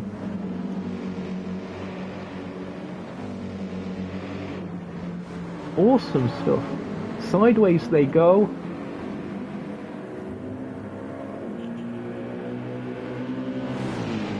Slide McGee would be very proud of this. And Joe still holding on with those intermediates. I'm going to do a quick lap comparison. It was a 37 for Joe last time around. Let's compare that to a full wet run if we can. 9th place. 35.9. Okay, so Joe has lost what, about 1.5-ish seconds on that lap. So the full wets are faster when comparing Joe to Sakura. The darkness is setting in as well here at the circuit. It's already dark from the clouds and the rain, but the sun going down further as well. As the battle for second is still on. Side by side they go. Has Banana Josh finally got it done on the Subaru of Octavian? Side by side for 4th and 5th as well. That's Xerxes and Taylor's. Banana Josh looks to have the inside, but we've seen Octavian hold it on the outside before. The Subaru gains that last little bit of the straight. Side by side. I think Banana Josh is ahead. Do they get it stopped? They do. Up into that position, and Taylor's as well, up into 4th place. We're going to see a replay of that one shortly.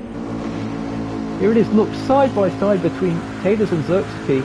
Equal machinery, as Nico Rosberg would say. Two Mercedes. Taylor's had the InsideLine.com for the first part of the chicane. I think, yeah, Xerxes actually outbroke themselves a bit on the outside line. Really well done by Taylor's. Joe, that gap continues to increase, and Octavian's massively sideways. Holds on to it somehow. This is allowing Taylor's to catch up to the podium sitters.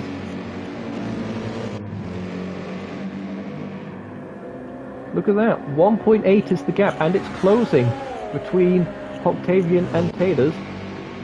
The Xerxes, after that mistake, is dropping back a little bit. Wybear, best of the full wet runners, with that brilliant strategy call earlier on.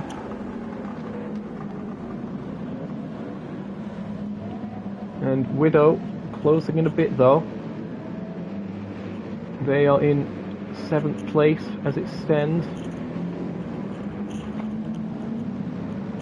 Aussie in that McLaren as well, and Sakura in 9th. Things haven't gone well in the strategy department for Sakura, but it could all change. Seems the surface is a little bit drier at this part of the circuit, this southern part rather. Everyone to 11th is pretty much together. I think Emilius has been struggling on the intermediates still. I'm surprised that he's not switched to the full length, but again, would lose a lot of time by making that pit stop. So I think it's just damage limitation. 12 seconds, as I think there's more battling, more overtaking. Wybear and Widow, side by side they go. Widow gets the pass done. So it is now Widow who is the best of the full wet runners. We'll see if they're able to catch up to the intermediate gunners at the front of the field. Is Wybear looking to challenge back into the Porsche curves? Cut off by Widow as they take the racing line. Oh, look at this camera work by none other than Jack Wilkinson. Wybear extremely close to the wall. Mayhem as they go through the Porsche curves. Luby in 9th, Aussie in 10th. Sakura's in there as well. Car's running a little bit wide in there. Still side by side, and I think that's actually... yeah, it's Sakura challenging Wybear. Sakura looking to get past. Side by side they run. Oh, it's their nearly contact! Who was that? I think that may have been Lugi. What on earth happened there? I'm gonna have to check in on that. I think they may have just outbroke themselves. Let's have a check. That was so close to disaster. I don't think there was contact, but there could have been. Here it was. Oh, so close, and narrowly avoiding the pit entry wall as well. Gets reset out of the way, because that would have been cutting the track significantly by the game's inbuilt system. So they drop back, but that could have been so much worse. That could have been another safety car. And I think that's the last thing we need in this race.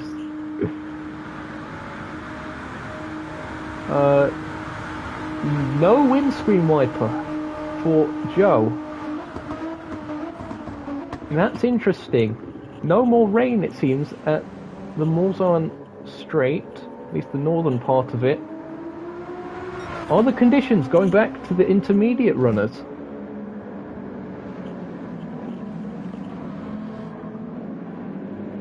Interesting, interesting indeed. The track is drying up. I did not see this one coming. Banana Josh still in 2nd. Taters is up to 3rd, as Octavian has fell down the order a bit to 4th. We're going to check in on this battle for 3rd. Going on board with the Mercedes of Taters, looking to the inside of the number 28 Capital Lamborghini. Oh, bit of lag. Into the braking zone they go. And I think that is Taters that has got the position. Nicely done. And the conditions have definitely gone back towards the intermediate runners.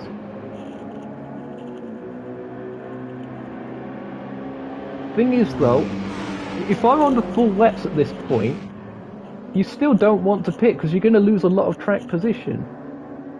You're just going to have to brave it out there and hope the tyres don't overheat.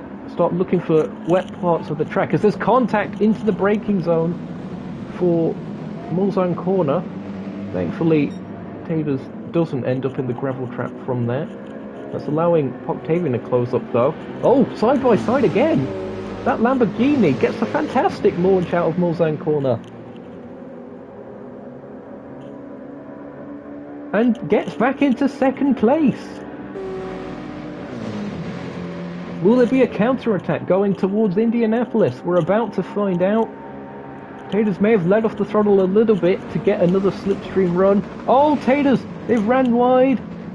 We're going to have to be careful with the rejoin here. Poctavian looking to make a position from that.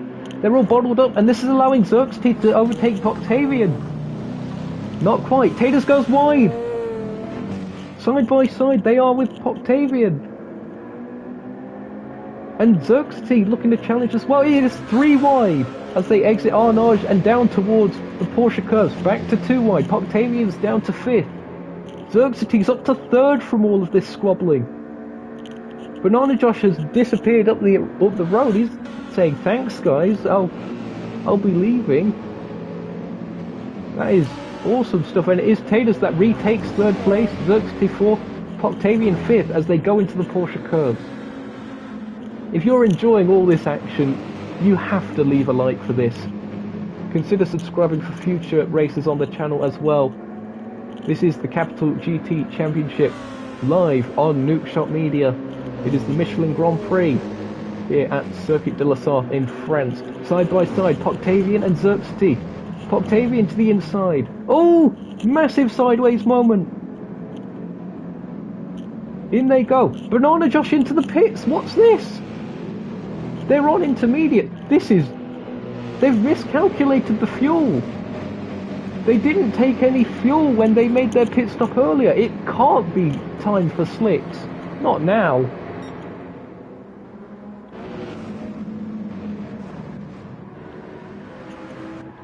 Let's see if they are making a tyre change for this. Wybear into the pits.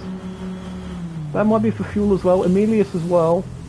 These guys can't be. This is just fuel for Banana Josh. What's Wybear doing? Perhaps going for intermediates at this point.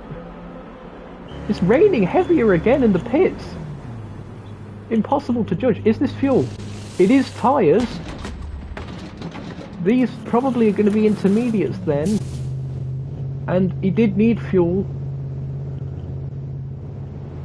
Emilius as well then. That looked to be tyres for the Turn 1 crew, number 73. And a bit of fuel on top of that. Conditions going back to Inters then. Battle for second. Poctavian has second place. Taters is in third. Xerxes runs a little bit deep into the first of the Mulsanne chicanes. Gets airborne! All 4 wheels off the ground! As he went over one of those bollards, they do that on occasion. It's chucking it down again. Down this part of the Mulsanne straight. These Inters runners have got to be careful that they don't hit any puddles, because that's going to instantly lead to aquaplaning. Be interested to see if they go defensive to the point of forcing a rival onto the puddles. Into the chicane they go. They both run deep. They run extremely deep. And it looks like the Poctavian at least is going to need fuel. Taters might be okay. I think a lot of these guys still need fuel, you know. So an extra stop perhaps on the cards. Taters looking to go defensive, I think that was, on Xerxes, rather than challenge Poctavian into Mulsanne corner. Massive sideways moments again. The Mercedes with plenty of torque. Struggling to put the power down. Xerxes goes side by side. It's the 2 yellow perils, the Menards car and the Wheelers tuning by Project One. Taters stays ahead for now.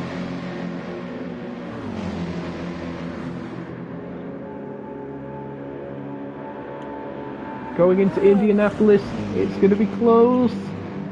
Keep the cars under control, guys. Nicely done. Joe Moore has had such a quiet race ever since the last restart.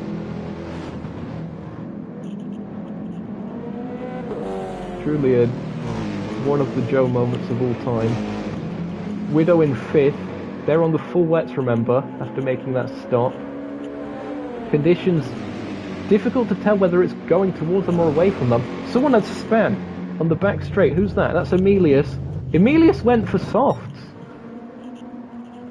So Emilius went for slicks there. I think they were caught out by what everyone else was doing going into the pits, thinking that it was time for slicks.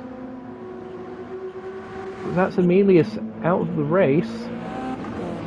Octavian still holds on to 2nd. 3rd place is Taders. Xerxes still in this fight as well. Who's that a bit further back? That is Widow and Sakura. Oh, into the pits goes Octavian. Did they get it stopped? This is like the first pit stops that are at full racing speed for some of these guys. As Taylor's into the pits as well, as is the mighty Joe.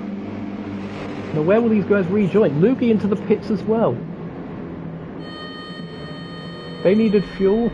Emilius has left the lobby. Unfortunately, that's another DNF in this race. Here comes the car, the Subaru BRZ of Octavian. Just fueling up, staying with the same tyres.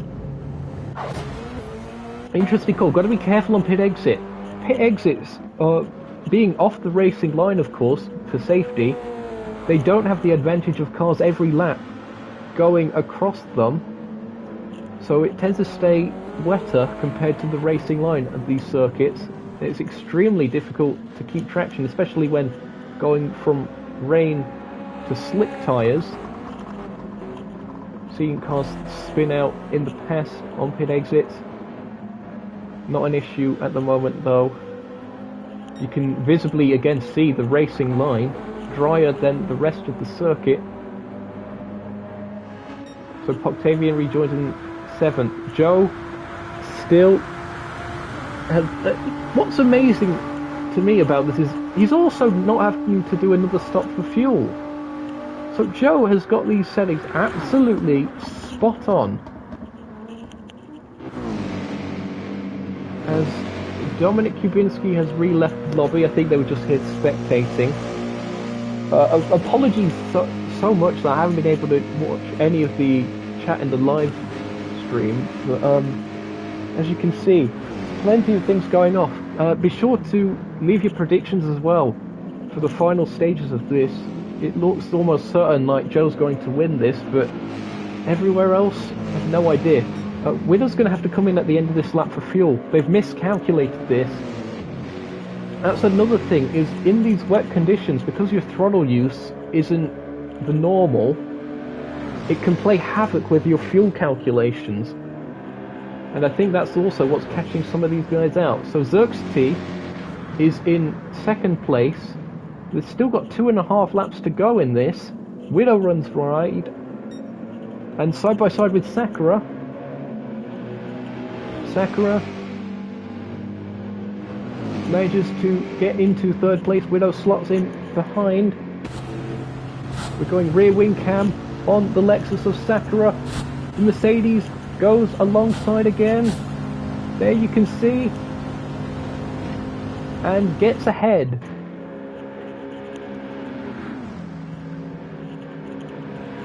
Into Indianapolis they go. Sakura having to hold back for now. But Widow goes wide. That'll compromise their run. Maybe an overtake going into Arnage if you're brave enough. Thinks better of it. Wisely so. Sakura on the full wets compared to... well, Widow's also on the full wets.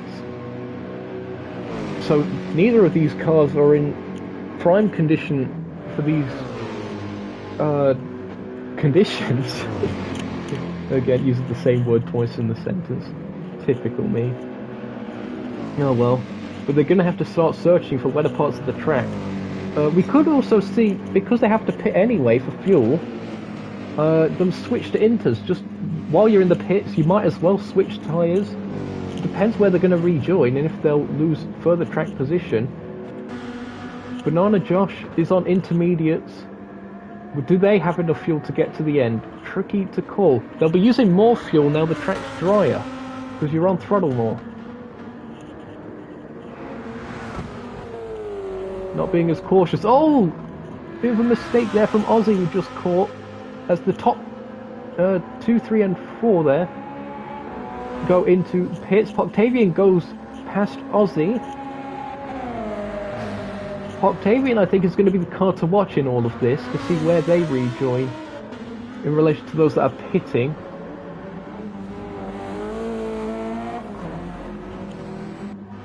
Here is Sakura's crew. We still actually haven't seen the Lexus pull up to their pit garage yet, so that is going to be Octavian back up into 3rd place. Several cars making their way past. There's the Project 1 crew. Wheelers tuning by Project 1, fueling up. New tyres on that car, it seemed. They've gone for slicks! Why would they go for slicks? This chaos! They've span out on pit exit! Sakura as well! Has Sakura gone for slicks? They have! Why would you do that? The pit exit, I've mentioned this. This is why you need to tune into Nuke Shot Media. The pit exits are treacherous in these drying conditions because they're still wet.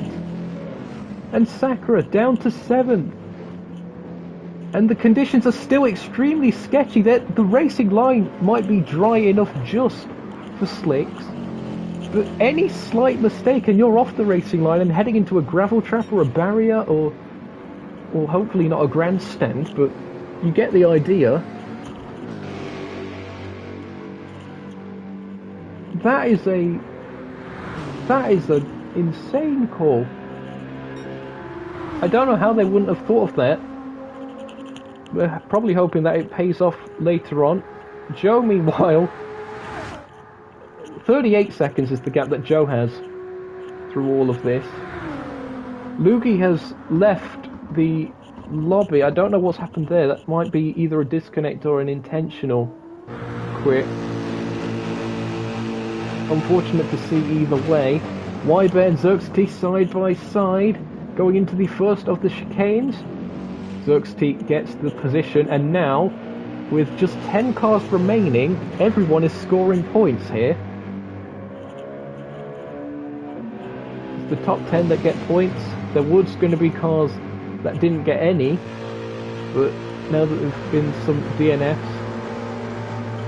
points on the board for everyone who finishes. We're going to check in on some of the other battles if we can. Does Banana Josh have enough fuel to get to the end? They've got 6.1 seconds of a gap over Octavian, who is okay on fuel. Banana Josh might be having to use a bit of fuel map 3 to get this done. They're on the wetter part of the track trying to preserve the tyres, making sure they don't overheat and wear out excessively. I think they should be fine given there's only one more lap to go at the end of this one. Octavian then up to 3rd as things stand. Tater's in 4th.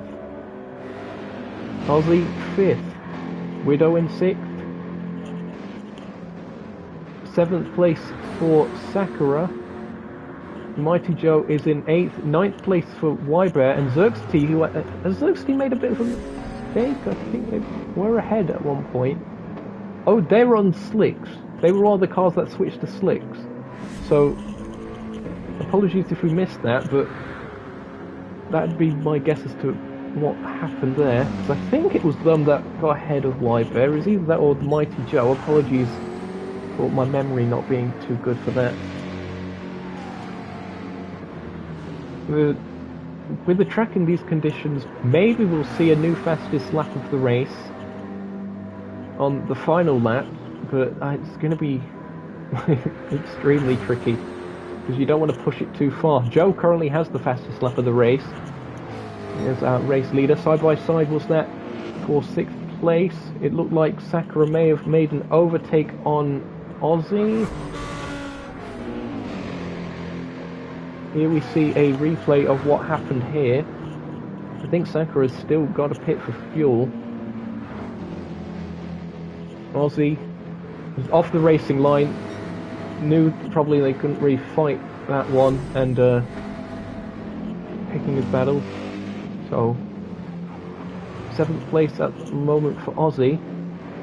Sakura, still that fuel warning light flashes.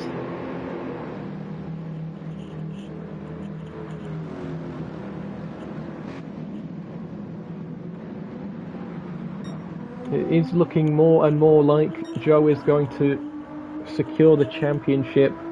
It was always going to be a tall order for Sakura to close up an 18-point gap. But still, mathematically, they were in it. But they needed Joe to have misfortune, essentially to be out the points entirely. But it has been a well-deserved masterclass by Joe so far in this race. Half a lap to go. We'll see if he brings it home. 43 seconds back is Octavian, and Banana Josh closing in as well. Was there contact there? Or did Octavian just run a bit wide through the chicane? I'm gonna have a quick check on the replay. What's happened here between Banana Josh and Octavian? Was there contact? Oh, a slight nudge. And an I'm sorry in the chat there. So, good sportsmanship there from Banana Josh. But Banana Josh is going to run out of fuel. Look at that, he's on fumes already.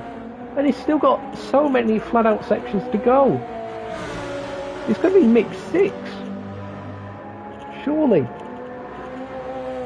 The podium is not decided yet. It is far from over. I think that's a battle between 4th and 5th, side by side. 2 Mercedes once again. This time it's Widow and Taters. They continue to battle it out. As I think it's Widow closing in. Widow is on softs, remember. So the slick tyres coming into their own as long as you stay on the racing line. And look at that. Round the outside on the exit of that particular corner. The racing line is getting wider and wider with how dry it is. Awesome stuff. Sakura in 6th, Mighty Joe in 7th, 8th is Aussie, 9th is Xerxity. Those slicks are coming into their own again. 10th is Y-Bear, who was in such a good position early on, but it hasn't worked out that way. As in through the final section of the lap and the season. What a season it has been here at the Michelin Grand Prix, the Capital GT Championship. Round 10 and season finale goes to Joe of the Fire. Out of the final Ford chicane, it is the race win and the championship. An awesome drive by Joe to secure that. Congratulations to Joe. Awesome stuff. Octavian looks set to take 2nd place. Banana Josh dropping back significantly.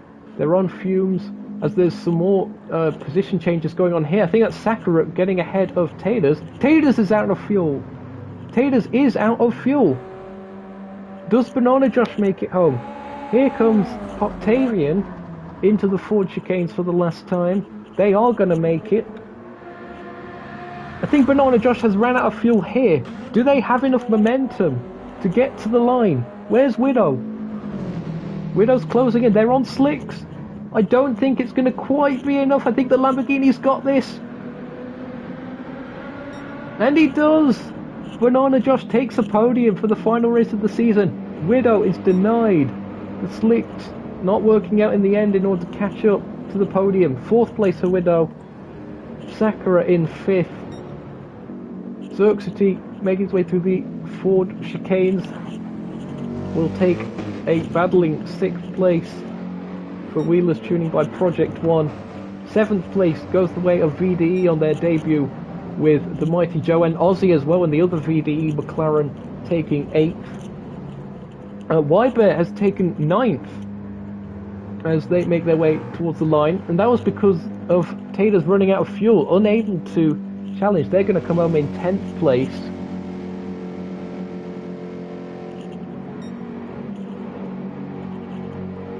What a race. And what a season. Leave your comments in the live chat. And if you're watching this after the action, leave them in the regular comments as well. That was quite something. Joe has ran out of fuel on the cooldown lap. As Tomsoft says in the live chat, it is Jova. The championship has gone to Joe of the Fire in impressive style. 45.779 seconds ahead of Octavian in second. What a display. And of course they have the fastest lap as well. A 3:59.737. That was sort of maybe disrupted a bit from the safety cars we had as to who would get the fastest lap point, but it is there. What a race. And thank you all who've stuck with us throughout the race and of course throughout the initial technical difficulties. I hope this has been worth it. This has been the race of the season in my opinion. Maybe it's recency bias, but this was absolutely awesome. There it is, Joe of the Fire from third on the grid then up into the victory and first place. Look at that, the only car to set a sub 4 minute lap time. There are your results then for the Michelin Grand Prix round 10 of the Capital GT Championship. Joe of the Fire with a first position and of course taking the championship. 45 seconds ahead of second place Octavian. Banana Josh, a really impressive P3 for the Lamborghini of Capital. Fourth place goes the way of Widow. A minute back. That's the kind of margins we saw with the different strategies playing out today. Was that Widow has ended up a minute back. And fourth place. Fifth place was Sakura, the last remaining challenger to Joe of the Fire. The weather gods weren't in their favour today, unfortunately. Xerxity in 6th, a minute and 18 back. The Mighty Joe taking 7th place, Aussie in 8th place. Good debut for the VDE team, we hope to see them next season. Y-Bear taking Nuke Shot's traditional 9th place, of course that would happen. And Taylor's taking the last remaining point for 10th. And thanks again to our safety car driver Myth for being of plenty of use today. And of course there's DNS for Dominic Kubinski, for Emilius, for Mihai and for Lugi due to various circumstances. I'm going to save the replay so I can make a thumbnail for this a bit later on. What a race and what a season it has been. There you see Octavian doing some donuts. Again, you'd think like last week that they've won the championship, but our championship winner to the left of screen, number 99 of Joe of the Fire.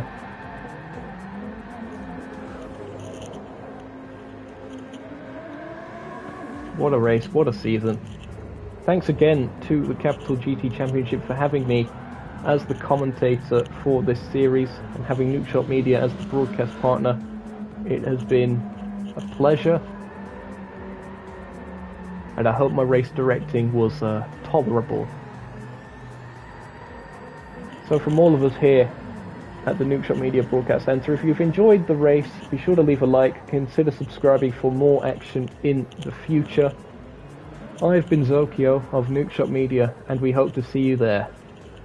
From all of us at the Capital GT Championship, it's goodbye.